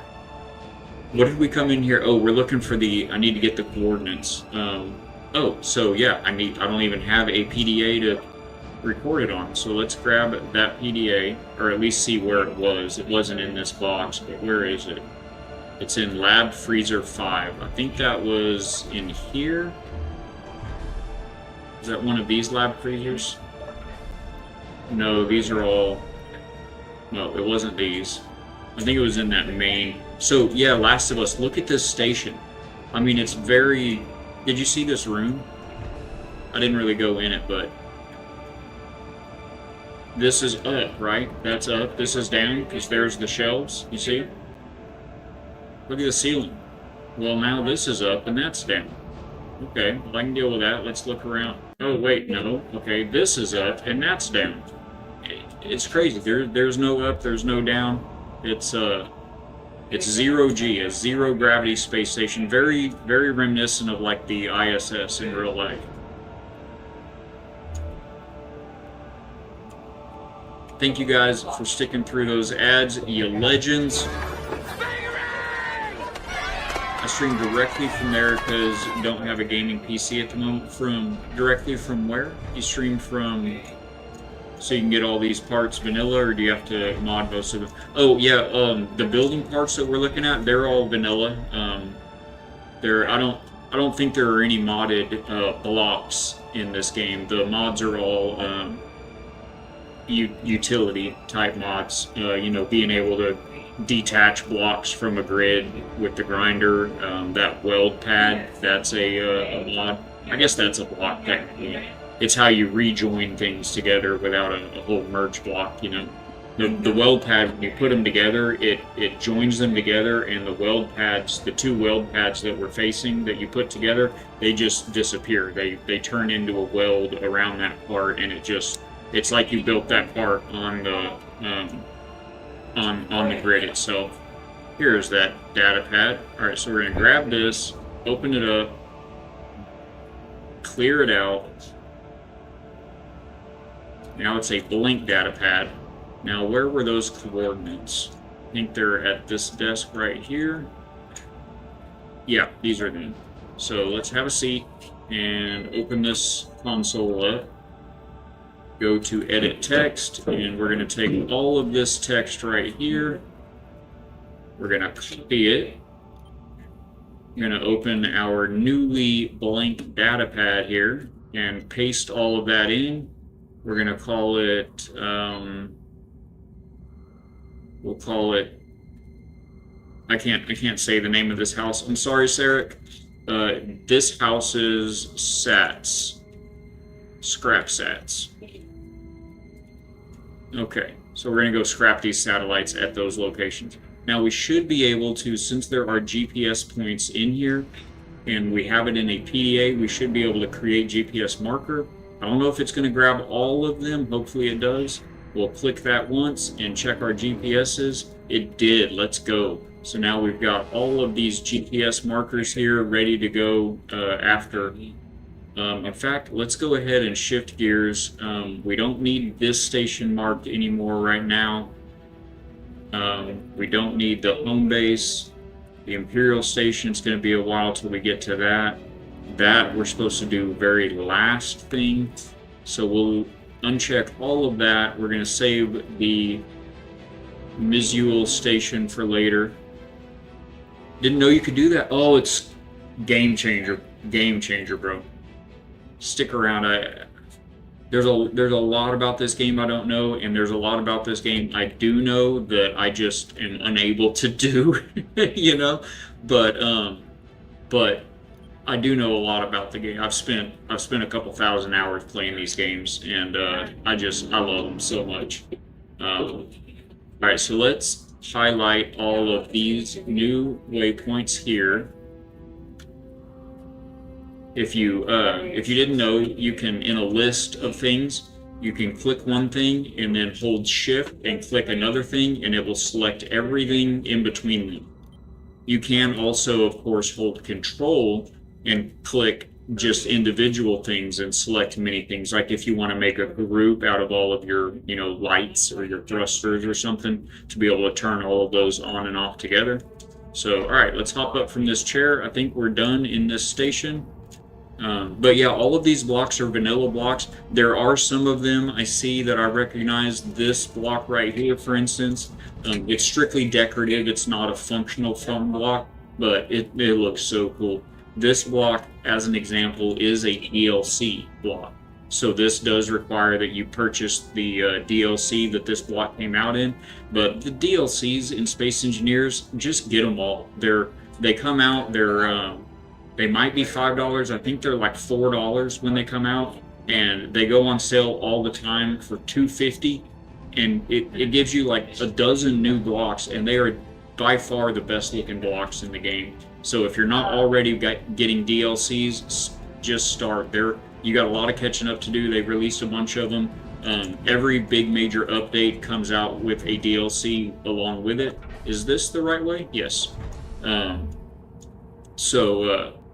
So you gotta get, is that from a new update? That block that I was just looking at, it's, I want to say probably about four major updates back. So not new, but yeah, the DLC blocks are so good. These doors, for instance, this is another example. These corridor round doors, I mean, these things look awesome, and it's a DLC. So, you know, you spend $4 and this particular DLC pack here came with, I mean, the DLCs, they'll come with anywhere from like 8 to 15 new blocks, and their variation. This is one thing about Space Engineers. You don't have to buy any DLCs, and everything is fully playable. None of the DLC blocks that come out, I think everybody knows, but anyone that's watching that doesn't know what I mean when I say DLC, it's just downloadable content. It's extra content that creators will put out to go along with their games and give you extra stuff in the games. Unlike a lot of games, though, Space Engineers does not give you any added functionality to the vanilla blocks. They just make variations, like cosmetic variations to existing blocks. but man, they're so like they're so much better than the vanilla blocks. They really are. I mean, take this O2H2 generator for instance. Man, I've got to get used to this jetpack, guys. Ugh, takes forever to stop. So where's that new module we just picked up? This is it, right? Yeah, the one my little tugboat is stuck to, dead with no batteries. Okay, there. This block right here is the Lab O2H2 generator. That's a cosmetic DLC block. It's 2 blocks tall by 2 blocks deep and 1 block wide, wide this way. So that 1 block is that whole thing and this and the part you can't see right up there behind it. So it's like a big slab. It's a big square. It's a 4 by 1 block. It replaces the regular O2H2 generator, which is smaller. It's only this section here, 2 by 1, 2 blocks tall and 1 block wide, 1 block deep. But it's really ugly. I mean, they look, it's almost completely, there's like no exposed anything happening. It's just almost like a completely solid block nearly. It has like one little window with like a little bit of a bubble inside of it or something. It just, well, here, I'll just show you. Where is it at?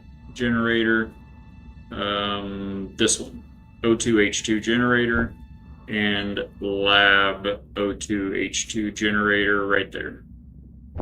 Okay, now I can't build these because the rules in this scenario, you're not supposed to build stuff.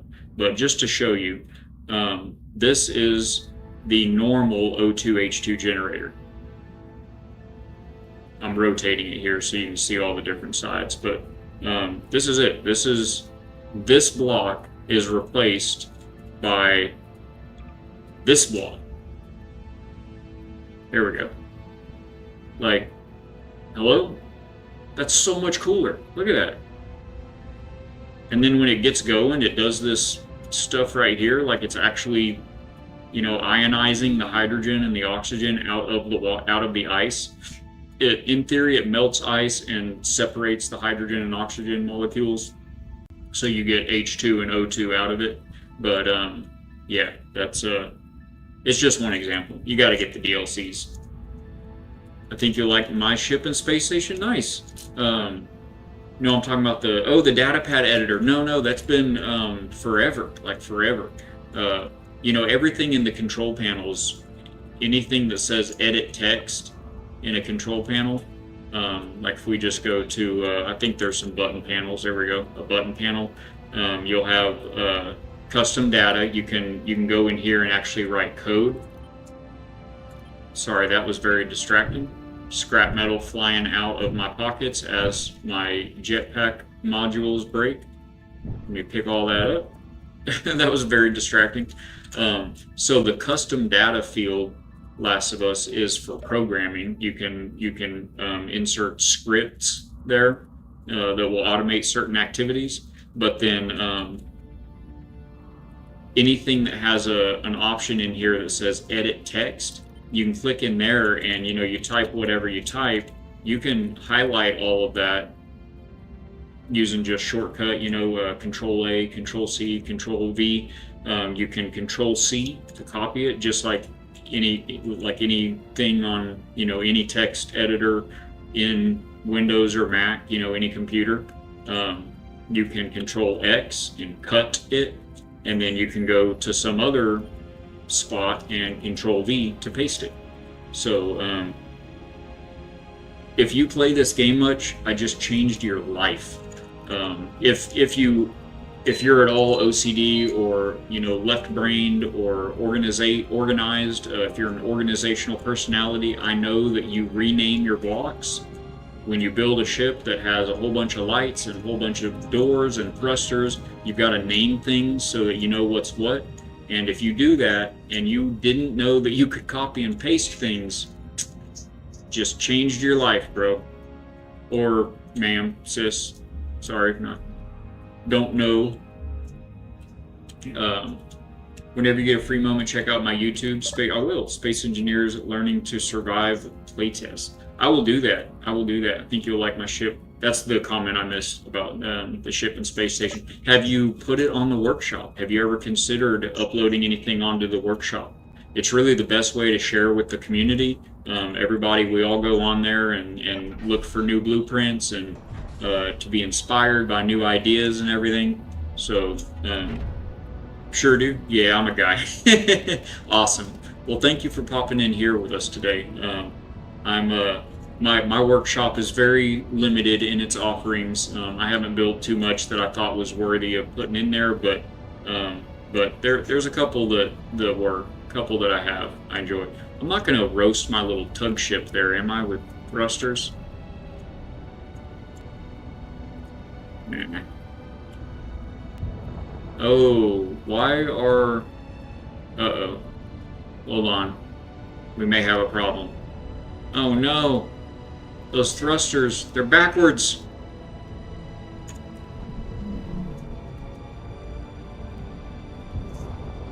Oh, guys. Oh, that whole thruster pod. That whole thruster pod thinks it's flipped around the other way, guys. It's designed to be a forward-facing thruster pod, not a rear-facing thruster pod. No, because it's not the same on console as it is on PC. You like to play Satisfactory 2? I've had so many people ask me about that. I haven't actually tried it. I've had it on my wish list for so long. I've only been playing games for like 4.5 years. I didn't, grow up playing games or anything. And we need to eat another bite. So I've got a lot of catching up to do. I also, for most of the time I play games, I also work full time. So, I have limited time for gameplay. And so I've got to kind of choose my battles. Man, what are we going to do about that? What do we need to flip that tells it its orientation? I mean, can I just... Anyway, so I haven't played it yet, but I've watched a little bit of it. I think I would like it, but I'm afraid that that game is going to be like Stationeers was for me, and that is that it ate all of my time. It was the ultimate time sink. I mean, I lost... Oh, I don't know how much time. I mean, you got to be able to live a normal life in addition to the game you're playing. And this game can do it too. There's plenty of games that can be time sinks, but I think that one I would get so into, and I would need to do the things, and so yeah, it just I haven't bit the bullet and made that one yet.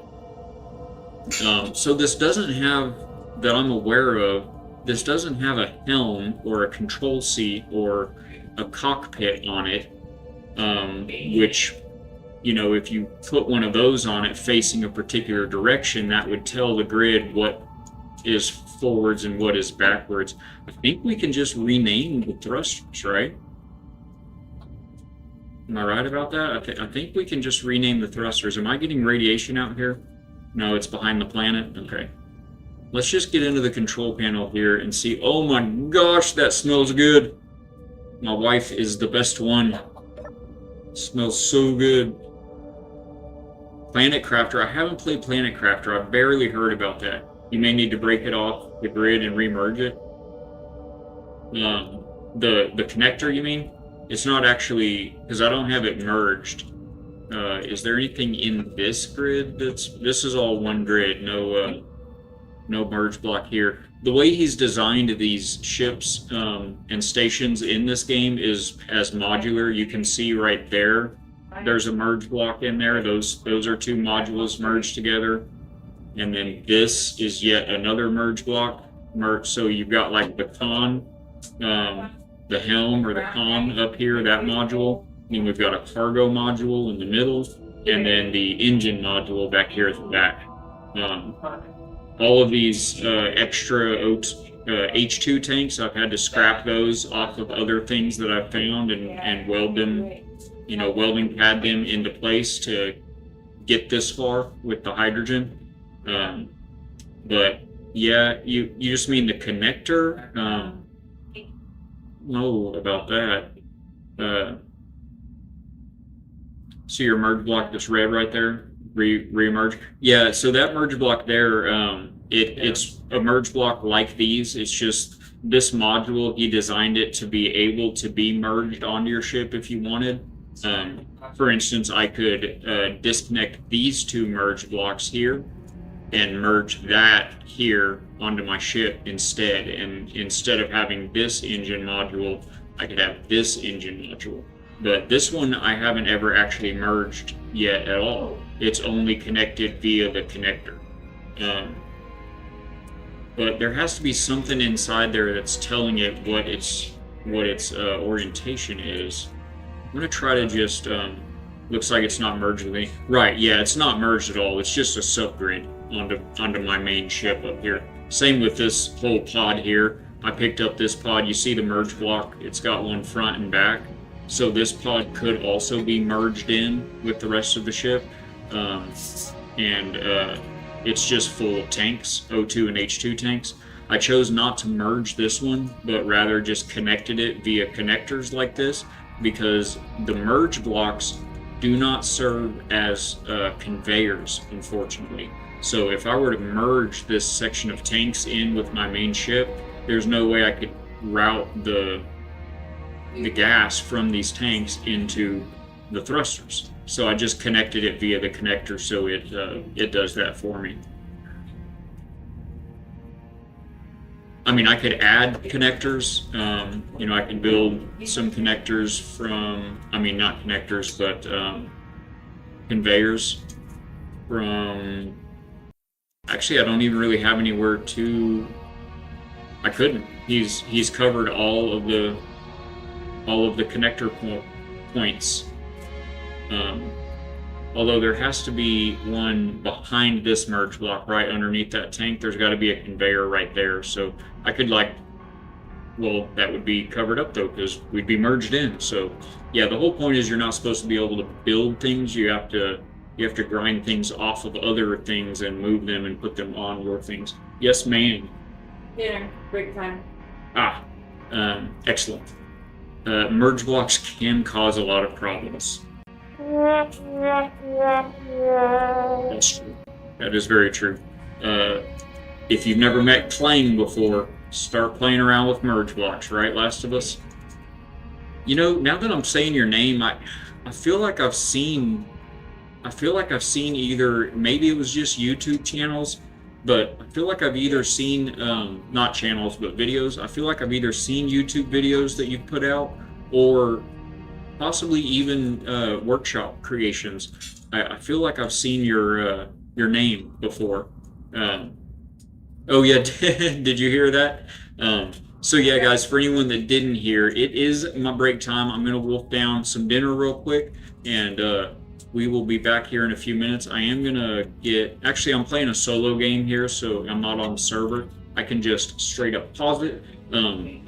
So I do need to listen to the wife and get into a quick dinner. So I'm gonna take a quick 10-minute breaks. You guys go call your mom or hug a roommate, touch some grass, depending on what the weather's like. I know a lot of us are having some fires. We're praying with everybody involved in that. And in the meantime, we are gonna pop up our very own, not very own, but our Forged BibleBot word game here. For any of you, thank you, by the way, Last of Us, I appreciate that. For anyone that isn't familiar with the word game, this comes from the Forged BibleBot that we run here on the factory streams, as well as our factory Discord.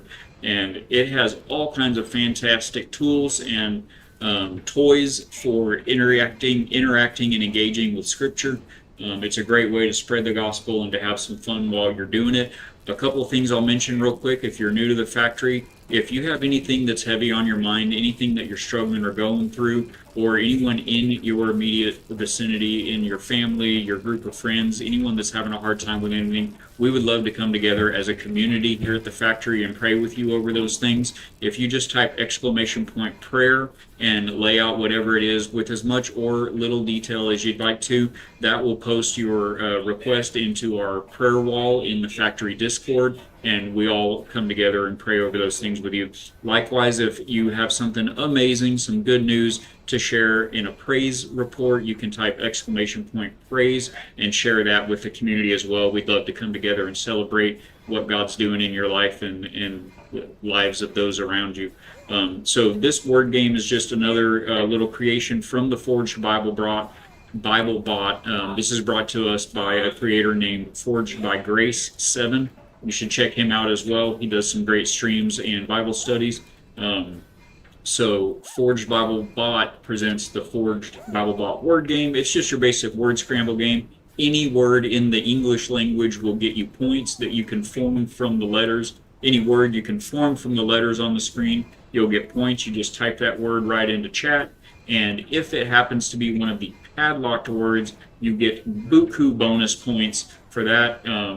And if you guys as a community are able to unlock all of the padlocks, it will unlock the hidden verse behind the round, and it will end the round. You get bonus points for that as well. And these are 5-minute rounds. We'll run a couple of these while I'm doing some dinner right quick. And you guys just have some fun. Love y'all, and we will see you on the other side.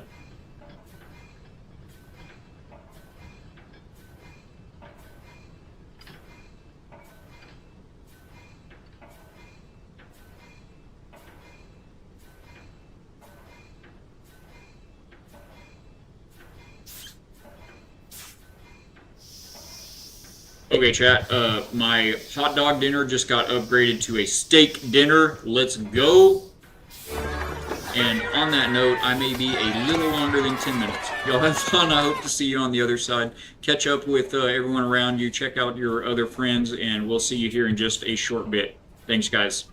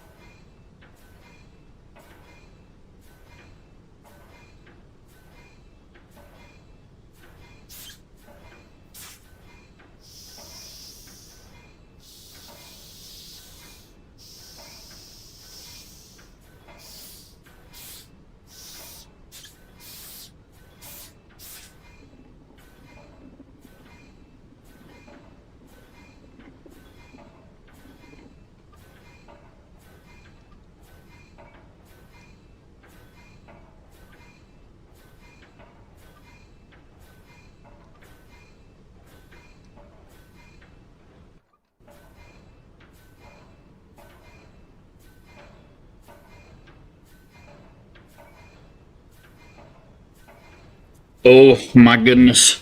My belly's so full. How are we doing over here? Hey, Gamer Knight! Welcome aboard, Captain. So good to see you, my friend. How have you been? It's been a minute.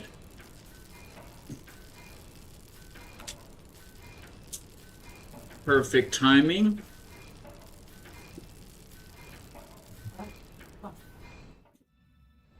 Hello there, doing well. I'm doing so good, my friend. I got a new job. We found a new career unexpectedly, but you know, God will do that kind of thing to you, and it's been such a blessing.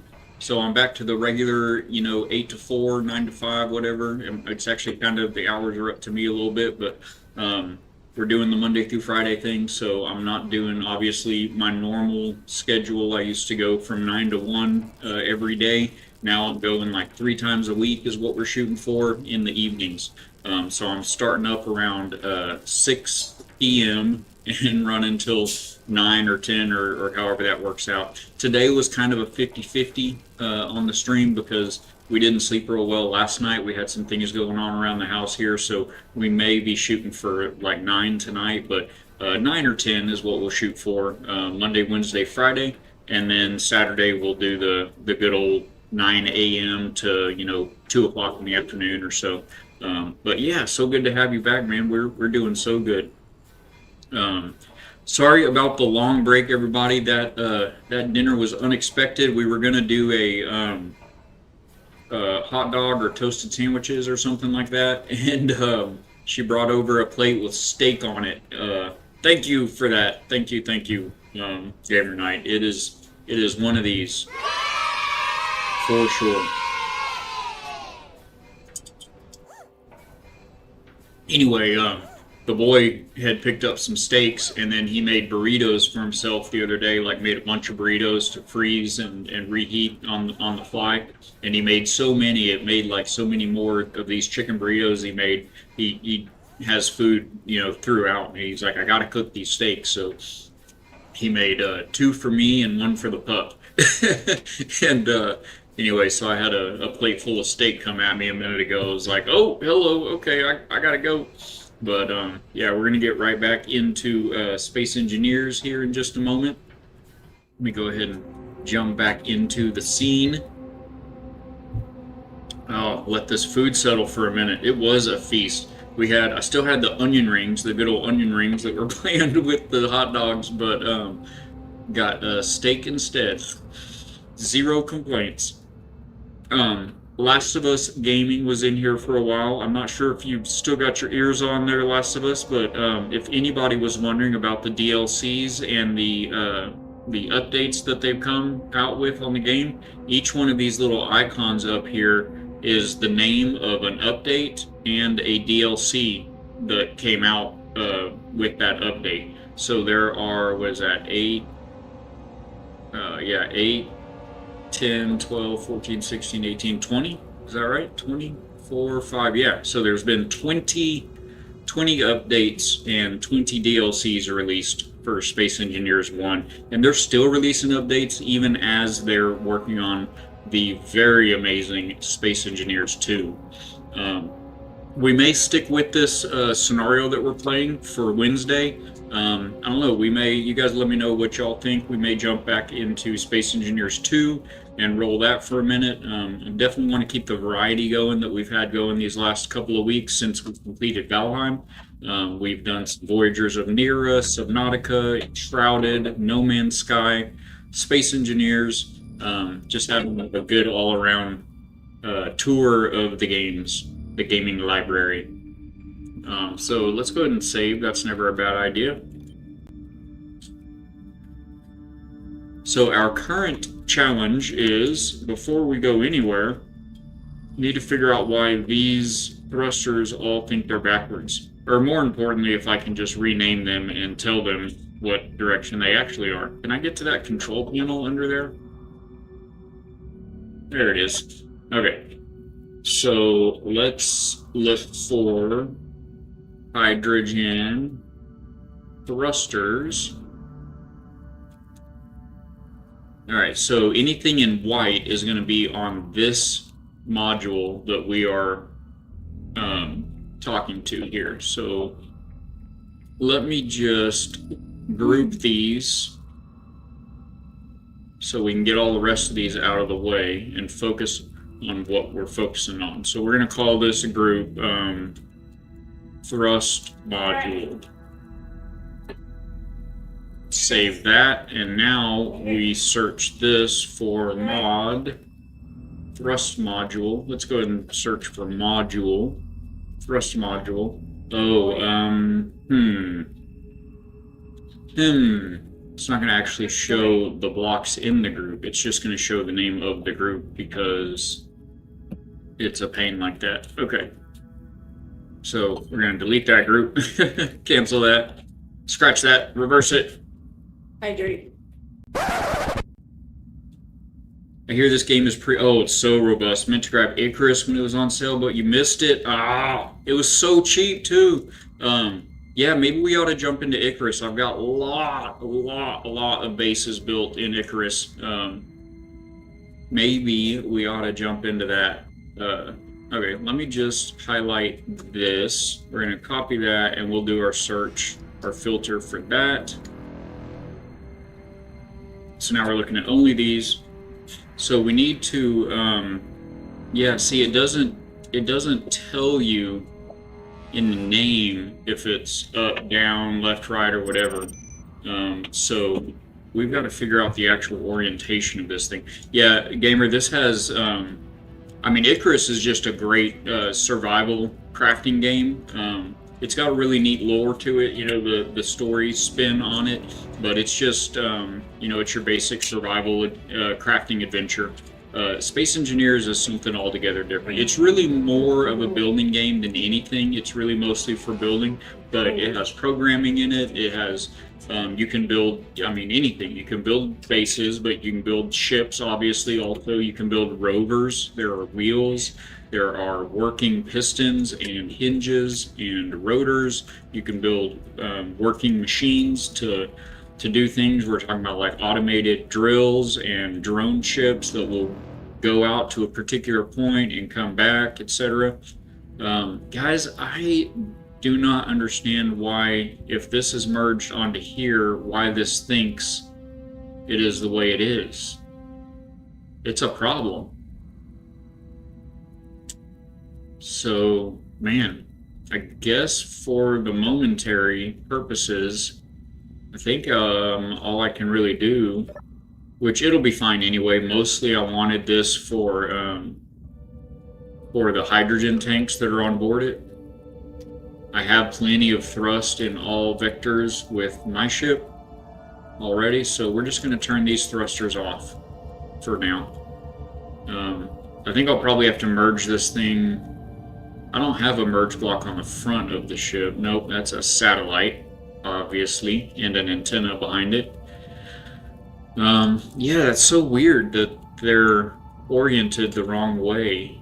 I mean, we could grind this thing apart to try to find what it is and where it is. That, I mean, it would normally need to be a control seat to give it orientation, like a helm or a cockpit or something of that nature. But I mean, all I see on this is thrusters and tanks, pretty much.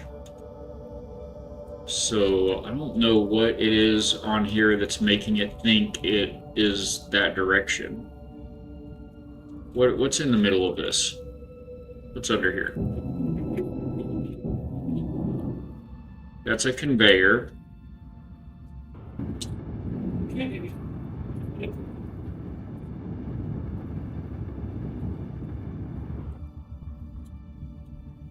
I mean, I think they're going to all be conveyors, guys. That's a conveyor. Good boy. That's a conveyor. So it's a floor of conveyors all the way down. My suit energy is low. All the way down. No, not a drill. Calm down. It's just conveyors all the way down the middle of that thing Slow down, with thrusters slapped onto it. So I do not understand. I mean, we could disconnect and reconnect and see if it reorients them. Maybe it's because when I first connected it, it was kind of cattywampus. Yeah, I don't know. But yeah, you'll definitely not be sorry if you get Icarus, my friend. There is so much gameplay in Icarus, and that's just, you know what, I've played. Gosh, how many? I'm just curious. I'm gonna check real quick. I have in Icarus, not as many as some other games. I've got 869 hours in Icarus, and I have Olympus, which is this one section of the planet Icarus that is able to be explored. They came out with an expansion after that. Sorry, let me focus here for just a second. I'm gonna unlock this and then lock it right back. I love how that button jumped from up here to down there when I clicked that. Sheesh. We don't want to use that for parking either. So does it? Do they know what direction they're facing now? I don't think they do, but we're not gonna worry about it. Anyway, they've since Olympus, the main part of the planet, they've released Styx, Prometheus, and a new one. I can't think of the name of it right this moment. So there's 3 whole new maps. Each map introduces entirely new animals and new resources to mine, a whole new slate of missions, of course, and I've spent all of that time built. Let's see, there's 5 that I can think of right off the top of my head. Large, impressive bases. You guys have seen some of them if you've been around the factory for a minute. They're in the factory Discord, but they're also part of the the slideshow at the beginning of stream. So you guys have seen some of those builds.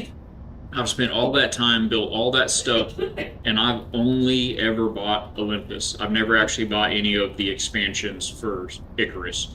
And it's very much worth it. They've been on my list. It's just timing and of things and everything. So I am going to try one time to turn these back on real quick, just to check. They say forward right there. They say forward, and it's not facing forward. It's facing backwards. Or wait, no, forward means forward thrust, right? Let me turn that one on and go. No. Yeah, see, look, it's firing when I go backwards. You see the main thrusters on the front of my ship are firing right now. These thrusters on this module fire with those, so they're like working against each other. When I go forwards, they should fire right now, but they're not. So yeah, we just need to turn them off for right now. But yeah, so if you watch people stream Icarus, they're so far past Olympus. Like nobody wants to play Olympus, but I love it, and I will absolutely be getting the rest of the oh, was that ion thruster on too? Yes. Turn that sneaky guy off. So you can't just tell it what direction it is. It figures it out based on the grid it's on. So I mean, there's something, I don't know where it is, but there's something on this module that is telling it that those are facing forwards. I don't know what it is right now, but anyway, we've got places to be and rats to kill. So there's 159. Oh my gosh, these satellites are so far apart from each other. All right, there's one at 17 kilometers this way. Let's go to this one first. Is everybody coming with us? Are we all connected? Okay. I think I want to turn our antenna off. Let's see. Go into our toolbar selection, look for the antenna. I'm going to pull that down to right there and say toggle block on and off. And now we can just hit the number 8 and get rid of that off the front of us. Excellent.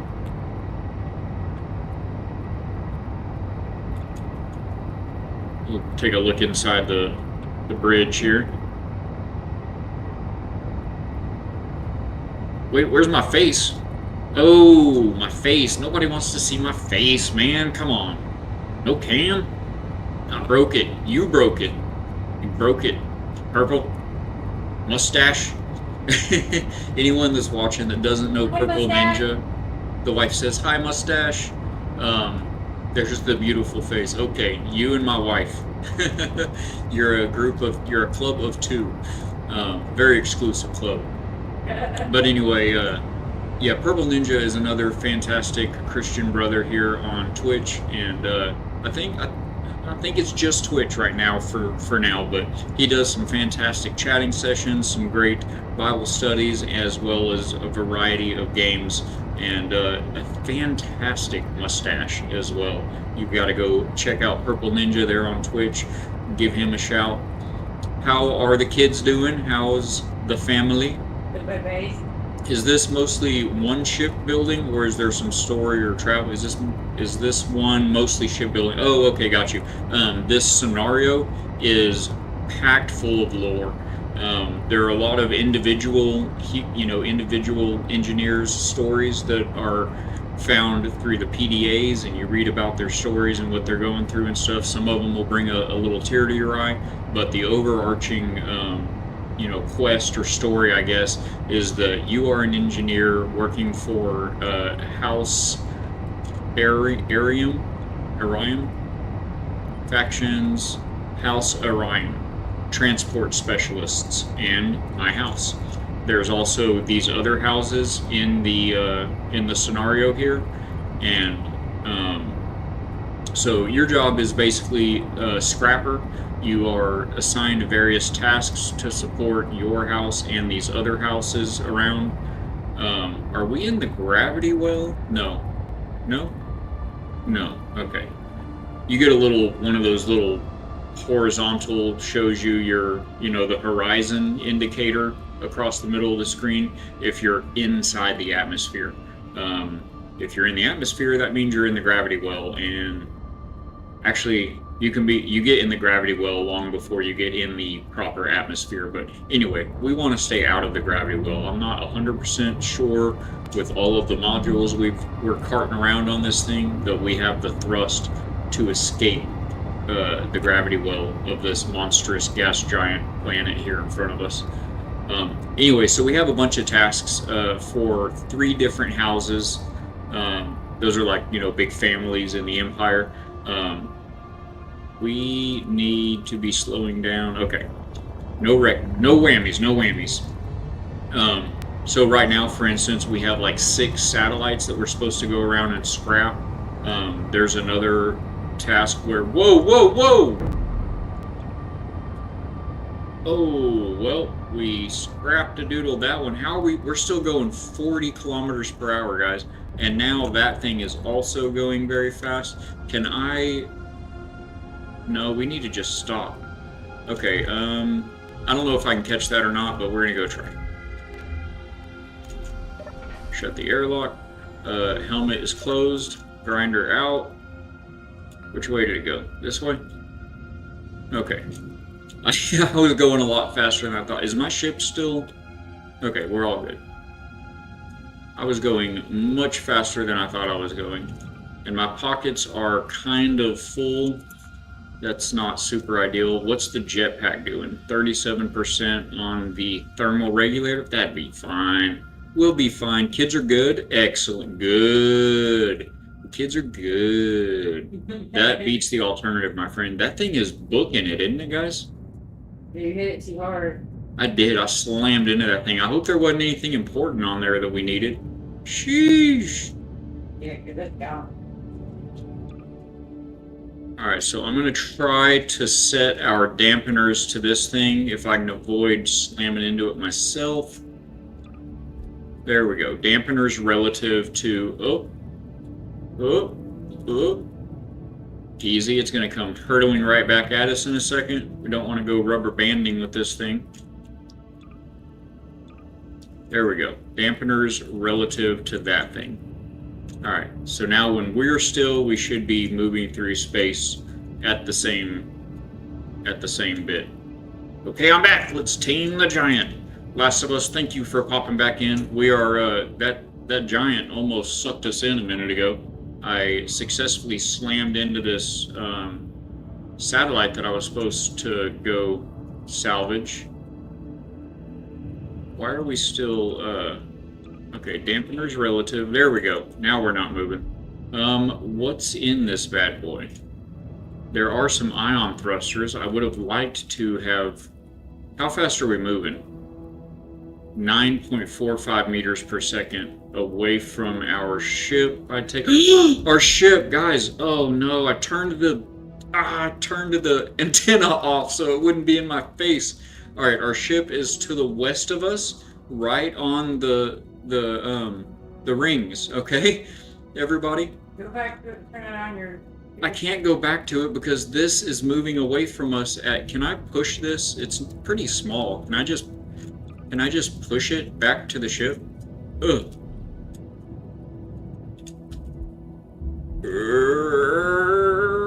Are we getting any faster? I don't think we're getting any faster. Wait, what are those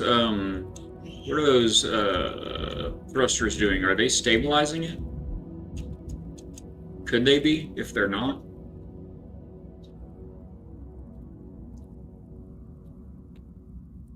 I'm just going to turn them off. Okay, turn the thrusters off and see if we can push this thing back towards the ship. Okay, no whammies. Oh! Are we speeding up? Think strong, fast thoughts. Did it work? Alright, I'm going to turn my dampeners off and see what happens to that thing.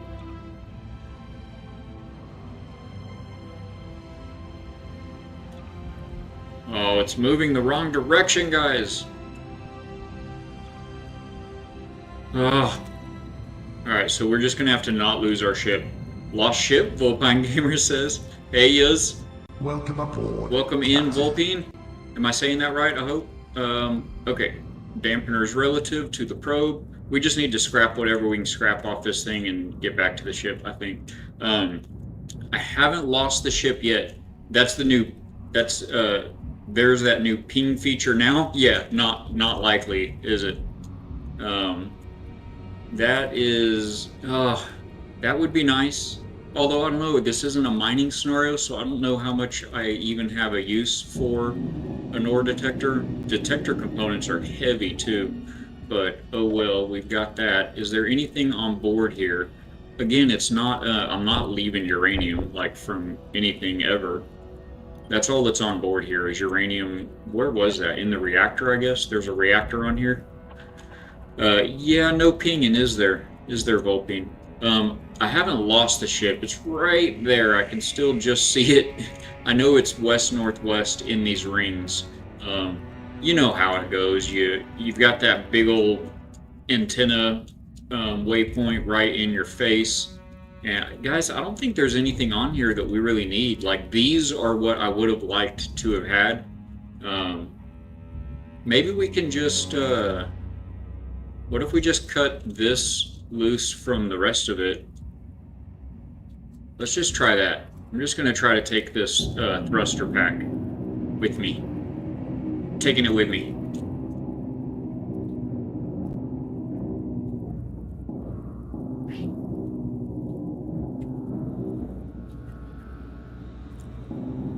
Starting your stream. It'll be lurking. Awesome. Thank you for that. And we will definitely come check it out. Come say hi.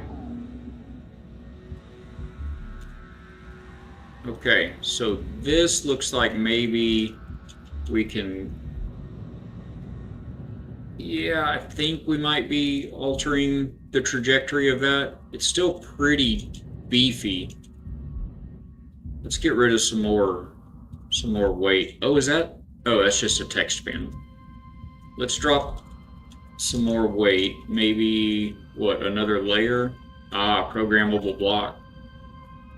What were you doing? Nothing? Okay. Well, that's handy. Gyroscope, those are heavy. Get that timer out of there.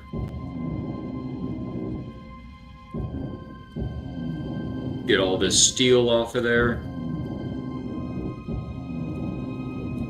So this is a scrapyard scenario that we're playing.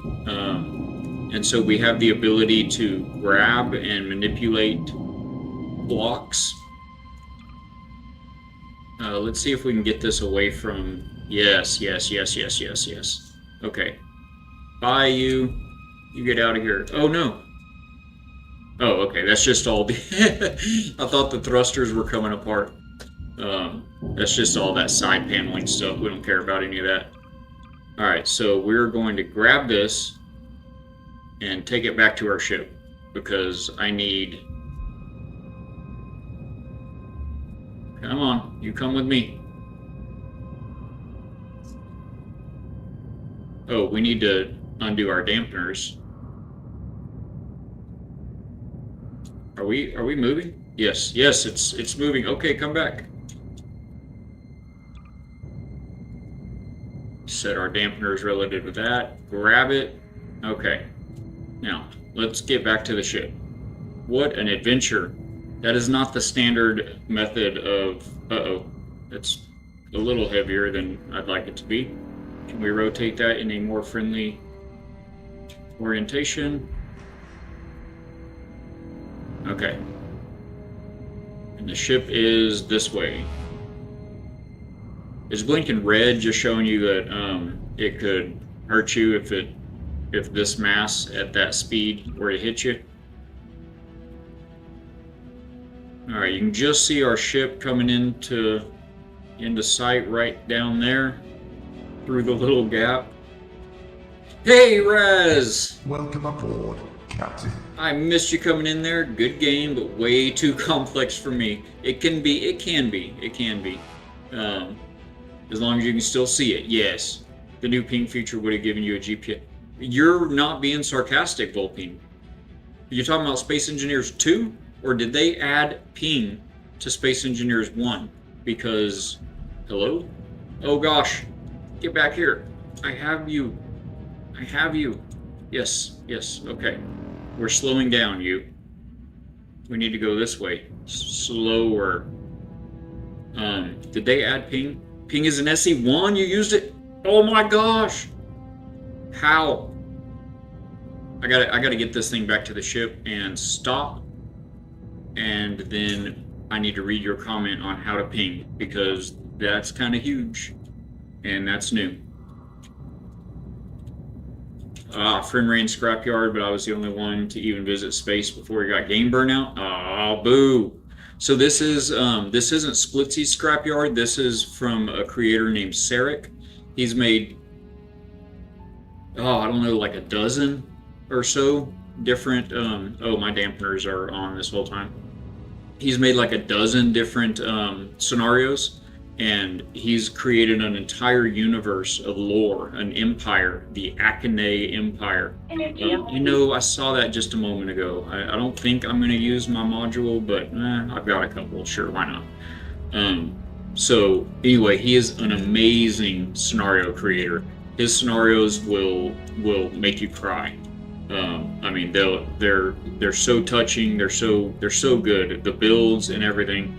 And there's so much to do. Typically, this one's very different than most of his scenarios. Typically, he'll set you up with some projector pods that will release upon certain conditions that you complete in the game as you're playing, and it will, it'll send when you get somewhere, it'll send a signal, a relay, and that broadcast controller will pick it up and start a timer that will release submerge blocks and launch a probe down to your location, and that probe will have a set of projectors on it, and you power those projectors and turn them on, and it'll project buildings that you're supposed to build and vehicles you're supposed to build and that kind of thing.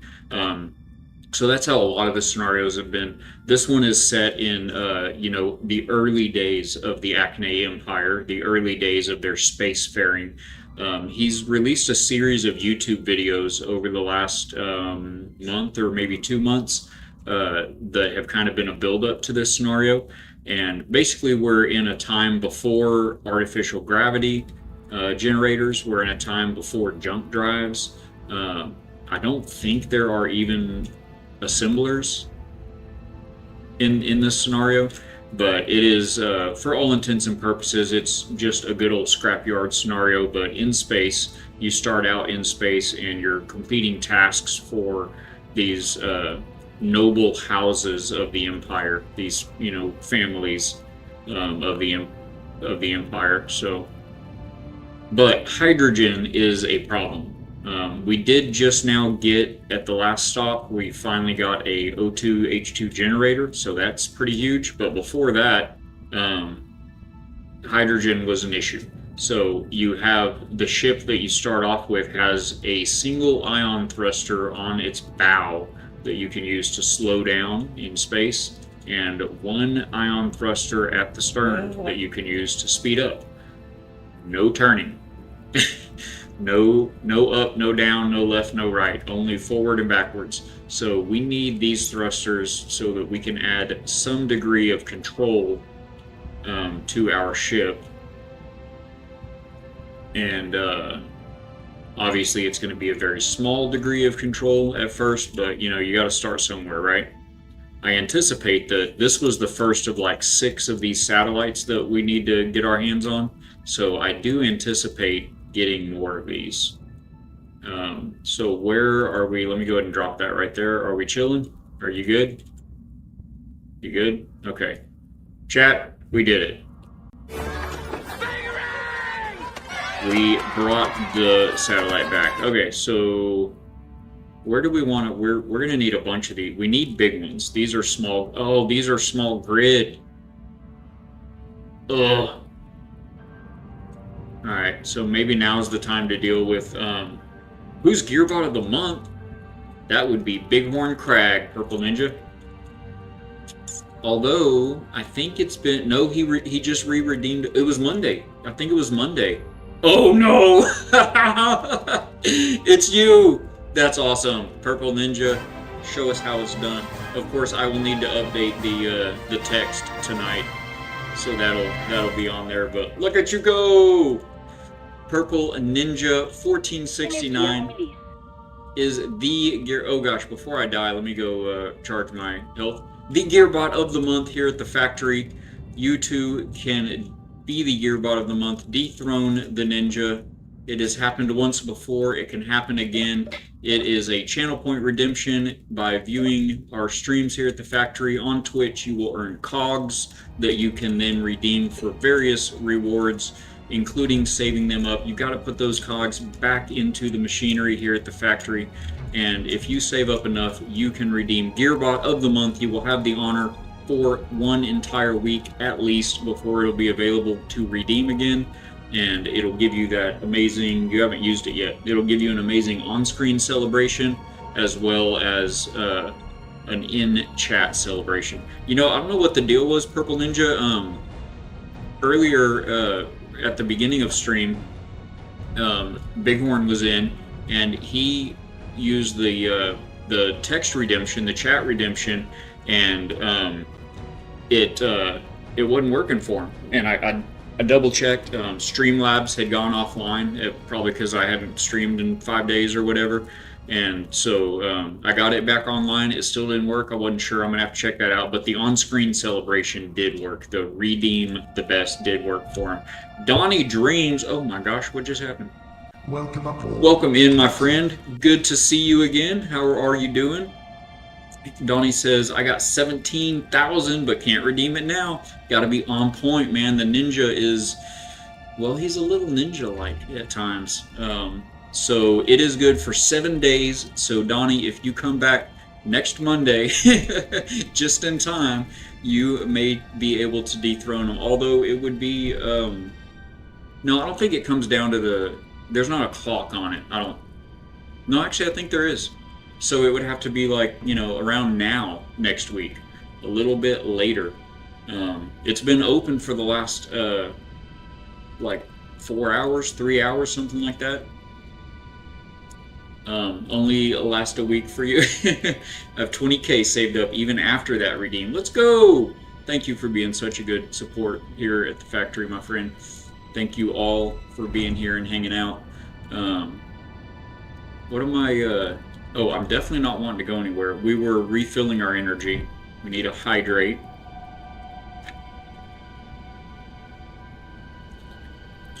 I need to go work now. Ninja, I got some steak a little bit ago. Let's go. Thank you for the lurk, though, my friend. If you guys happen to see a mustache ninja pop up around here, that may be our very own purple ninja in a new disguise. He's thinking about switching it up. Mustache ninja. I think he should. I think it's very nice. All right, we need to. Is there a battery? Oh, there's a. Ooh, yes. There's a small grid reactor on that satellite module we just brought back, which means our little dead tug ship need not be dead anymore. Oh, you know what? Yeah.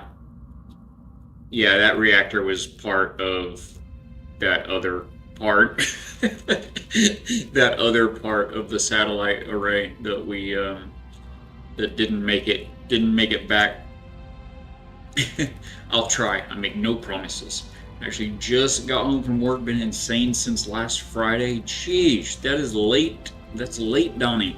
I had a late day today and I was home hours ago. It was I have a feeling like late for me may be a little different than late for you. So guys, I don't think there's...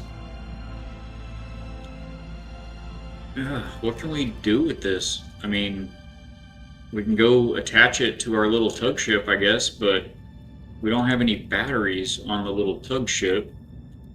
Can you give me some space here? A little space, thank you. Our tug ship is out of the batteries, so things could be better. What do you think? Slap it right on top? Kinda need to slap it right on the back, but the thruster orientations are not very conducive to that. Let's get rid of these. Give us a few more options here. We need to... I really need to get this thing connected. I mean, I guess I could disconnect from the ship and try to swing this whole big ship around. Ugh, not with these modules here. Look, this is my only connector I have left, guys, right here. What do you think we can connect to that? Nothing. I might just ditch this. I might ditch this whole module here. I'll have to take a look and see what those tanks are looking like. Maybe we just take these tanks off and attach them to the hull and ditch this module. That'll give us our connectors back. Then maybe we can flip around and grab a hold of our little ship. But for right now, let's get this thruster pack. Went in at 10 a.m., got home at 9:30. Ouch. Do they appreciate you, Donnie? I know you said you've been there for years. I would assume the answer is yes, but man, they better appreciate that kind of worker. Oh no, these are poof boots. These are not solid blocks, these are armor plates, and they're facing up, which means we cannot put anything on them. If this were Space Engineers 2, this would not be a problem. You can put anything on anything. But it's not, so let's rethink this.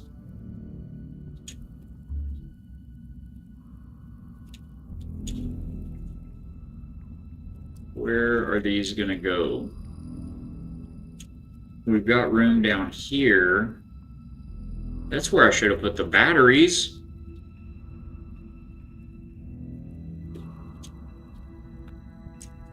I put those batteries where they're at as a unit of 3. They were stacked together, 3 of these little small batteries together. I could have stuck them right there in that slot, 1, 2, 3, and 1, 2, 3. But now that I didn't, in order to move them down here now, they're not going to come off as a stack of 3. They're going to come off individually. I'd have to detach. Let me get that out of our face. I'd have to detach this one and move it down there. That one, move it down there. Every single time you have to build 2 weld pads. It takes a computer to build each one. So that's 12 computers right there to move these. But otherwise, that may be an okay place to put the... Well, we could just stick them onto the outside, right? Where are those thrusters? Okay, up there. Just make sure I'm not going to like bump into them with my jetpack. Clocked out at 8:45. It took you that long to get home? Because that's the worst after a hard day or a long day, and then you have like the drive. If the drive is bad, ugh, hate that. Guys, where are we gonna put these thrusters and stuff? Also, I think I probably have about 10 minutes left in me tonight. Need to get up with the wife for the last few minutes of our evening. I mean, I don't know if it'll seal. I could get rid of one of these and then try to plop the whole pack down there. Honestly, it doesn't matter right now. Right now, we just need to get it attached. So, anywhere... Whoa, I almost hit that. Anywhere we can attach it. Like, right there, for instance. Except, I'm not going to be able to attach it right now because that solar panel's in the way. So maybe this side? Yes? Okay. Yeah, I think we're just going to stick it right here. For the moment. Alright, so we throw that there. I don't think I have what I need to build it. I could be wrong. Been there 15 months now. Okay, I thought it was like a few years. I'm not for sure, but appreciation actually. It's a long story. Drive wasn't too bad, nice. Oh, dinner. Yeah, that adds some time, but worth it. Gotta do the eating. Alright, and then we're gonna throw a weld pad. We already threw a weld pad right there. We just need to weld it up. Okay, grab a hold of this thing. Get out of my face. We're gonna need it to be orientated in this manner, roughly. Like kind of like that-ish. Yeah, I think that's about right. Bring it over here.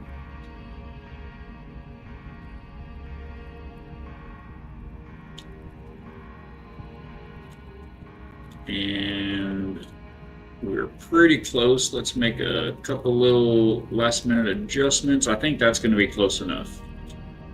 Get her on there. Boom. Okay, so that's attached. Here's the hairy part.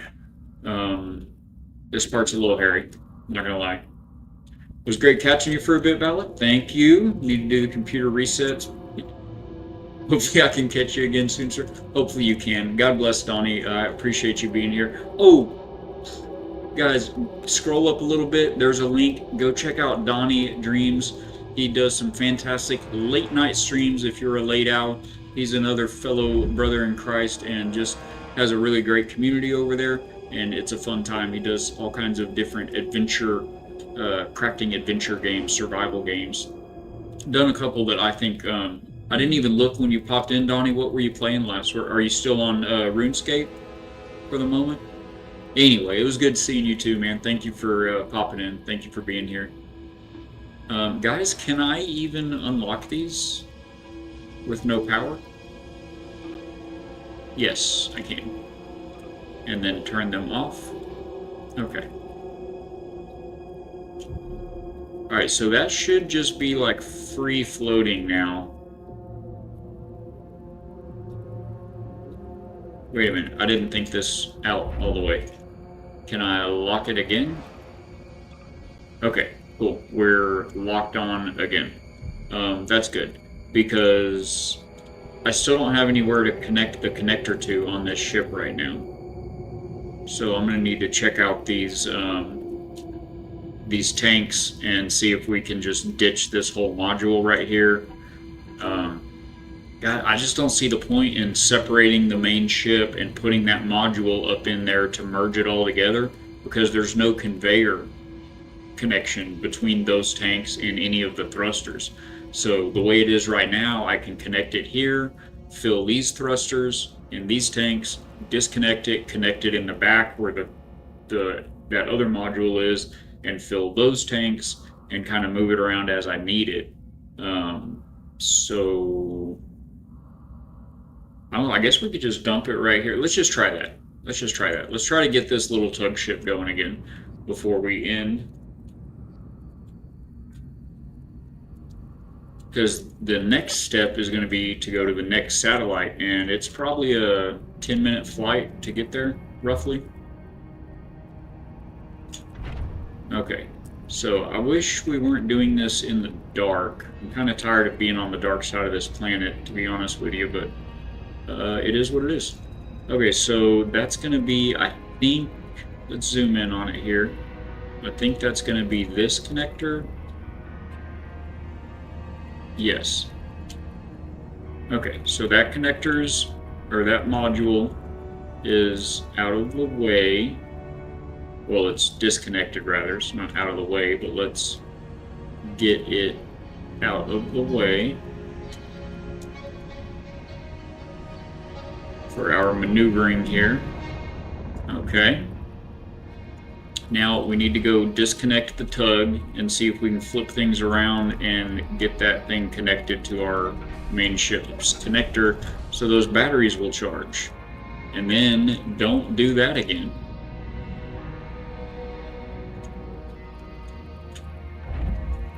Okay, so we disconnect those, turn those off. Alright, so now that should be free floating. So we can come off of the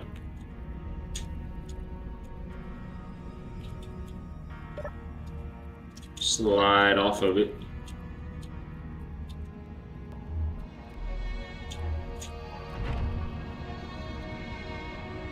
It's all very dark, my apologies.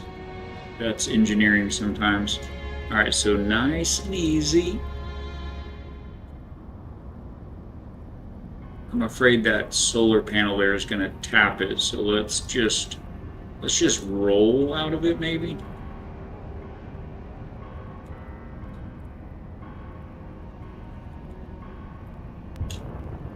Yeah. Okay. Now everybody's friends.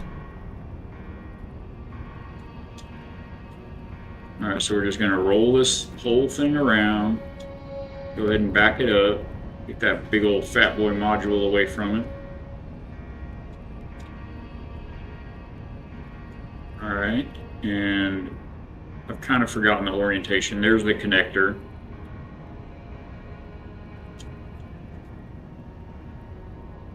We're actually pretty close. Right there's kind of lined up.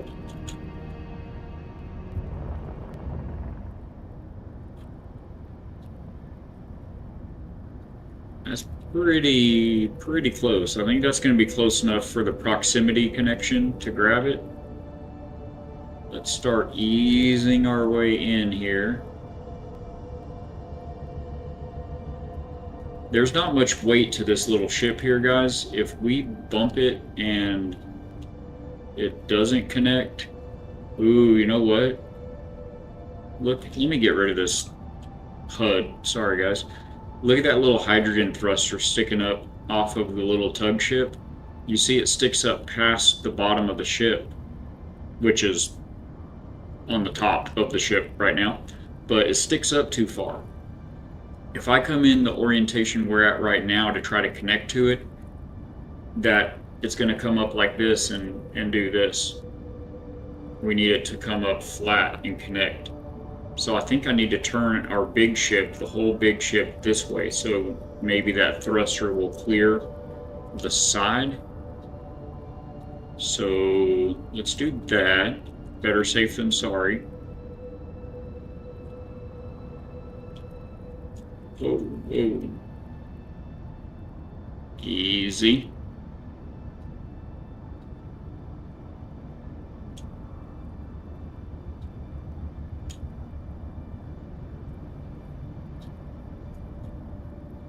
It all works really good and sounds great in your head.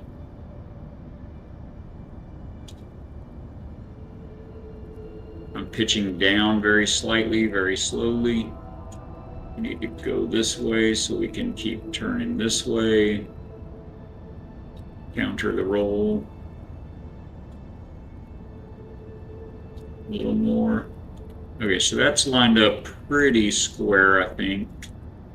Actually, a little too far there, isn't it? Yeah. Okay, I think that's pretty good.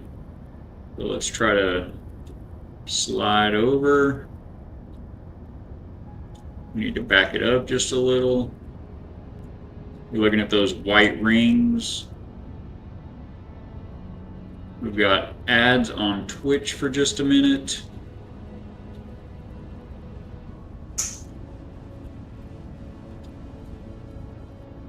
Yeah, that's looking better. We tilt up a little bit, right? Yeah, just a little bit up, back a skosh. All right, I'm gonna hold it right there for just a minute while our friends on Twitch come back from a short ad. I want everybody to be able to see when I go knocking this thing down and spiraling into the gravity well to disappear. Because that's all the good stuff.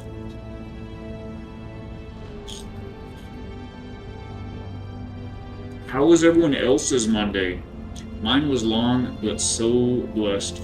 It was very busy, a little chaotic, but I learned a thing or few. I got a very heartwarming compliment on how I'm doing so far. We got a big bid sent off with a high degree of confidence that it will be a win for us. So feels good. Got some organization done there at the end of the day. Cleaned up some mess that was created by these amazing people building me my own office. Vulpine saying quiet, dozy, a bit lonely here. It's Monday holiday, West Coast Canada. Oh yeah, so what was the holiday that you guys had up there? Anonymous was talking about that earlier as well. I've got several friends from Canada up there, Vulpine. And all of our Twitch friends are back, so we're going to go ahead and try to bring this thing in right quick as we await to hear what the Canadian holiday was today I missed. Also, let's get our HUD back, unfortunately, because I don't remember which connector it was. So it was 3. Yeah, it was 3. Okay. That's hotkey number 3. So we're going to very gently get rid of that again. We're going to very gently bring this ship down. And as soon as those white rings turn yellow, I need to hit the 3 on my keyboard. How are we lined up this way? Still okay? Looks pretty good, chat. Do we do it? Let's go! Let's go! Oh, feels good. So that tug ship is now charging. We've got that whole other module over there that we need to go get now. So we'll have to get that. BC Day, named after other... It's named other things across the country. No kidding. Across the... They're in Canada, they don't call this particular holiday the same thing everywhere. BC Day, I assume, is British Columbia, where you're at over there. I mean, they don't have a... What is it? Is it, is it like so I live in the panhandle of Florida, here in the U.S., so we have, like our Memorial Day and Veterans Day to celebrate our armed forces and the sacrifices that those men and women make for us. Is it something like that, or is it like a Independence Day kind of a number? Anonymous mentioned it earlier as well. I'm going to try to just come in from the side and just grab this thing sideways right now, chat. It's going to be ugly, but we're going to take it with us. It'll be functional. When we get out of the dark and into the sunshine, we'll try to re-maneuver all of this to be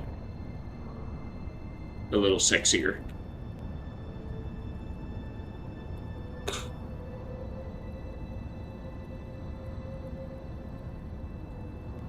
Oh, that's me. Join the Gearhead Factory. Oh, that reminds me. Everybody within earshot of this voice.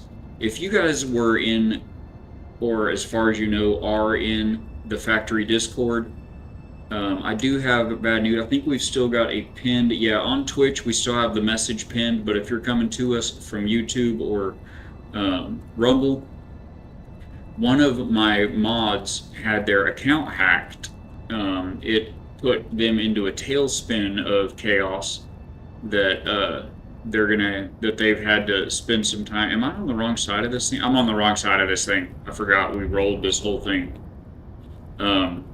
So anyway, we had to, you know, he sent me a message immediately. You know, he said my account got hacked, remove me. He was a mod here on Twitch as well as on the factory Discord, and so I did get on right away and remove him, but I actually kind of just forgot that he wasn't just a regular mod. Well, I remembered that he wasn't a regular mod. He's like the main mod for the Discord server, and so they're on at the factory. We have titles for all of that. We have 3 levels of mods. We have the server owner, and then the main primary mod, the lead moderator, I think it calls it, and then the other mods. And they are called Gear Boss, Gear Manager, and Gear Mod. So not only was he I'm the Gear Boss, of course, and not only was he a Gear mod, he was also the Gear Manager. I need to get my HUD back for a moment. So we're looking for 5 this time. Key number 5. So he was the Gear Manager and a Gear Mod. And so I went in immediately, right off the bat, quick like a bunny, and I removed him from his role as Gear Manager. And then I went to bed. And then I woke up. Got it. We got it. Then I woke up and my Discord, instead of having 50 something members in our family there at the factory, we had 0 members in the Discord. Whoever hacked his account, the little troll that they are, decided it would be fun and funny and all of the things to alright guys, so this was a success. It was a little ugly, but we got what we came for here, and we're going to be pointing for next time. I think this one's 53 clicks out, so we'll head over to that one next. So anyway, long story short, he got hacked and told me to remove him. I removed him from one level of security, but not both levels, and they came in through the other level and kicked everybody out of the Discord, because that's fun for some people, I guess. So if you were in our factory Discord, it's lonely over there now. We're getting back up. I think we've got about a dozen people came back over the last couple or few days. We'd love to have you come back. So come rejoin. There's a good Discord link below the stream wherever you're watching us today. And we'd love to have you back. If you're new to the channel, new to the factory, the Discord is just a place for us to all come together, build each other up in our gaming times and in our lives and our walk with Christ. We also have the Forged Bible bot running there for all of the trivia and the prayer wall and the praise wall and all of that. But also, when you first come into the Discord to the factory, it'll just ask you what games you enjoy, what games you're interested in, and it'll list the games that we play here at the factory. And you just select any of those that interest you. It'll open up those channels on the factory Discord for you, and you'll be able to keep up with the news, updates, announcements that come out from the developers of those games, as well as see the builds, the screenshots that we post of creations that we make in those games, as well as everyone else in the community. We encourage everybody to come post your creations there in the appropriate channel on the factory Discord. We just love to inspire each other and be inspired, and again, to just build each other up and spread a little love, spread a little hope, spread a little gospel, in our own small way in the interwebs. So again, link below, or if you don't see it or it's not working, !socials will link you right in. So sorry about the pain in the neck, but they have a much bigger pain to worry about. They had to completely wipe their whole PC. They had to change email accounts. They lost their Spotify playlists. They had to he's gonna have to rebuild all of his Spotify playlists. The only thing he was able to actually save and salvage and recover fully was his Twitch account. So there is that. But I'll tell you, he's a professional. He is a stone cold professional at all of this, and he handled it so well. Just like the coolest, calm response to all of that you could possibly imagine. And he's just like, yeah, it's no big deal, And I mean, he did all of the things immediately to just tie all the loose ends off and cut loose the things that, and he has this mindset about it that, it's all just pixels, and, so anyway, he feels horrible about it. We don't put any blame, of course, on him. He's done nothing but been an incredible support for the channel here. And I am going to go ahead and pop over to our chatting channel because our stream is coming to an end. I've got to get caught up with the wife over here. We are going to raid out on Rumble. We are going to raid out on Twitch. We're going to get those raids going. This takes a minute, guys, so bear with me for a moment while I get all that working. If you are in the chat and you see somebody on Twitch or on Rumble that you would like to see us shoot over to, by all means throw that in the chat. Let me know who they are, where they're at. Rumble does things a little different, so it's kind of takes a minute to do that raid on Rumble. Razkai, Raz, thank you for being here. Man, I hope you have a blessed night too. Thank you. Volpine answered my question and I totally ignored you. I'm sorry. I talked. Yeah, it's British Columbia. Alberta calls it Heritage Day. Ontario, oh my gosh, the scrolling got me. Ontario, it's Civic or Simcoe Day. In Toronto, specific, okay. Colonel By Day in Ottawa, Manitoba, it's Terry Fox Day. Okay, so back around to the original umbrella part of the question, if you're still here, Volpine. What is it a celebration of? Like, what's the occasion for the day? Is it an independence thing or just something else? Tell everyone I say have a blessed evening. You could. Everyone, my wife also says, have a blessed evening. I've said it before, she is the best one. Sorry you're going through all that. No fun. Thank you, Gamer Night. I appreciate you guys. I do. Y'all are the best ones. And I mean, it's no worries. I think it's to give civic workers a break. Okay, cool. So we have Labor Day here in the States, and it's basically for that, Labor Day. Cool. Very cool. Well, I guess it's for just all workers, not specifically civic workers, but yeah, it sounds similar. I'm just glad you got the day off, my friend. Glad you got to. I know it was a little boring. That kind of stinks. I like the busy work days. They make the time fly. which is kind of crazy because time's the only thing that we have a limited amount of and all of that jazz. So, you know, you can't make more of it, etc., etc. If you guys have followed the channel, God bless your faces. Thank you so much for being here and for following. If you would, please stick around just for a minute. We're going to spread the factory love over to another fantastic streamer, but you can copy and paste that message into chat. If you're one of our amazing subs, thank you also so much. You guys are the best ones. Love all you Gearbots. The wife loves you. We appreciate you being here and just helping us, spread the hope and healing around in the ways that we do. And I have to manually do this raid message for some reason. The Gearbots, I don't know, the auto doesn't like it. Purple Ninja, thank you so much. You have a good night, a blessed night as well. God bless you as well, sir. Thank you for being here.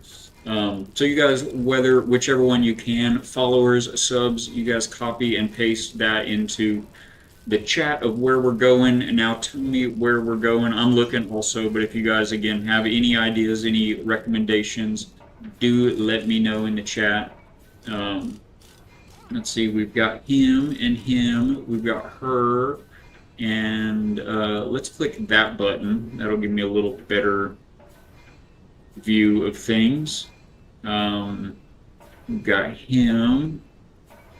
Hey, Donnie is just started streaming. He's been streaming for 16 seconds. Faithforge Gaming is another fantastic recommendation. I saw Faithforge just a moment ago too.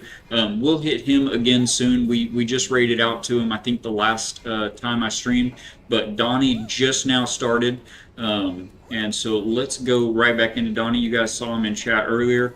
I recommended him then. I will recommend him now. Stick around for just a minute and we're going to get this raid going. He's going to be playing Project Zomboid. I know nothing about that, but I'm sure it's a very fun, fantastic, exciting game. You're going to love it. But yeah, just hang in there for just a moment. We're going to pop right over and say hey to Donnie. We'll be back, God willing, Wednesday at 6 p.m. U.S. Central Time. And we'll hang in there as long as we can. So thank you guys for being here. If I don't see you then, I will see you when I see you. You guys have a great night, everybody. And over on YouTube and on Rumble, we're going to find somebody to raid out to as well. On Rumble, let's see what the quickest, best way to do this is. I think if we do that, I can go there and click this. And go there. Now we're talking. There are so many clicks to get back out of that creator studio. Let's see, we're gonna go hit up Faithforge Gaming actually. Yeah, let's go hit up Faith. He's a fantastic Christian content creator. He's gonna be playing Armor of God Ultimate Loadout podcast. Is he playing? I'm not sure if he's what he's playing after but he's doing a little bit of a Bible study, it looks like right now, running through the whole armor of God. So good. So let me get that copied up. And Templar's in there as well. And skip that. Get out of there. Get back into here. So many things. Alright, so we do the raid. And that guy. Just like that. Magic. Thank you guys again for being here. And we hope to see you Wednesday. Thanks, everybody.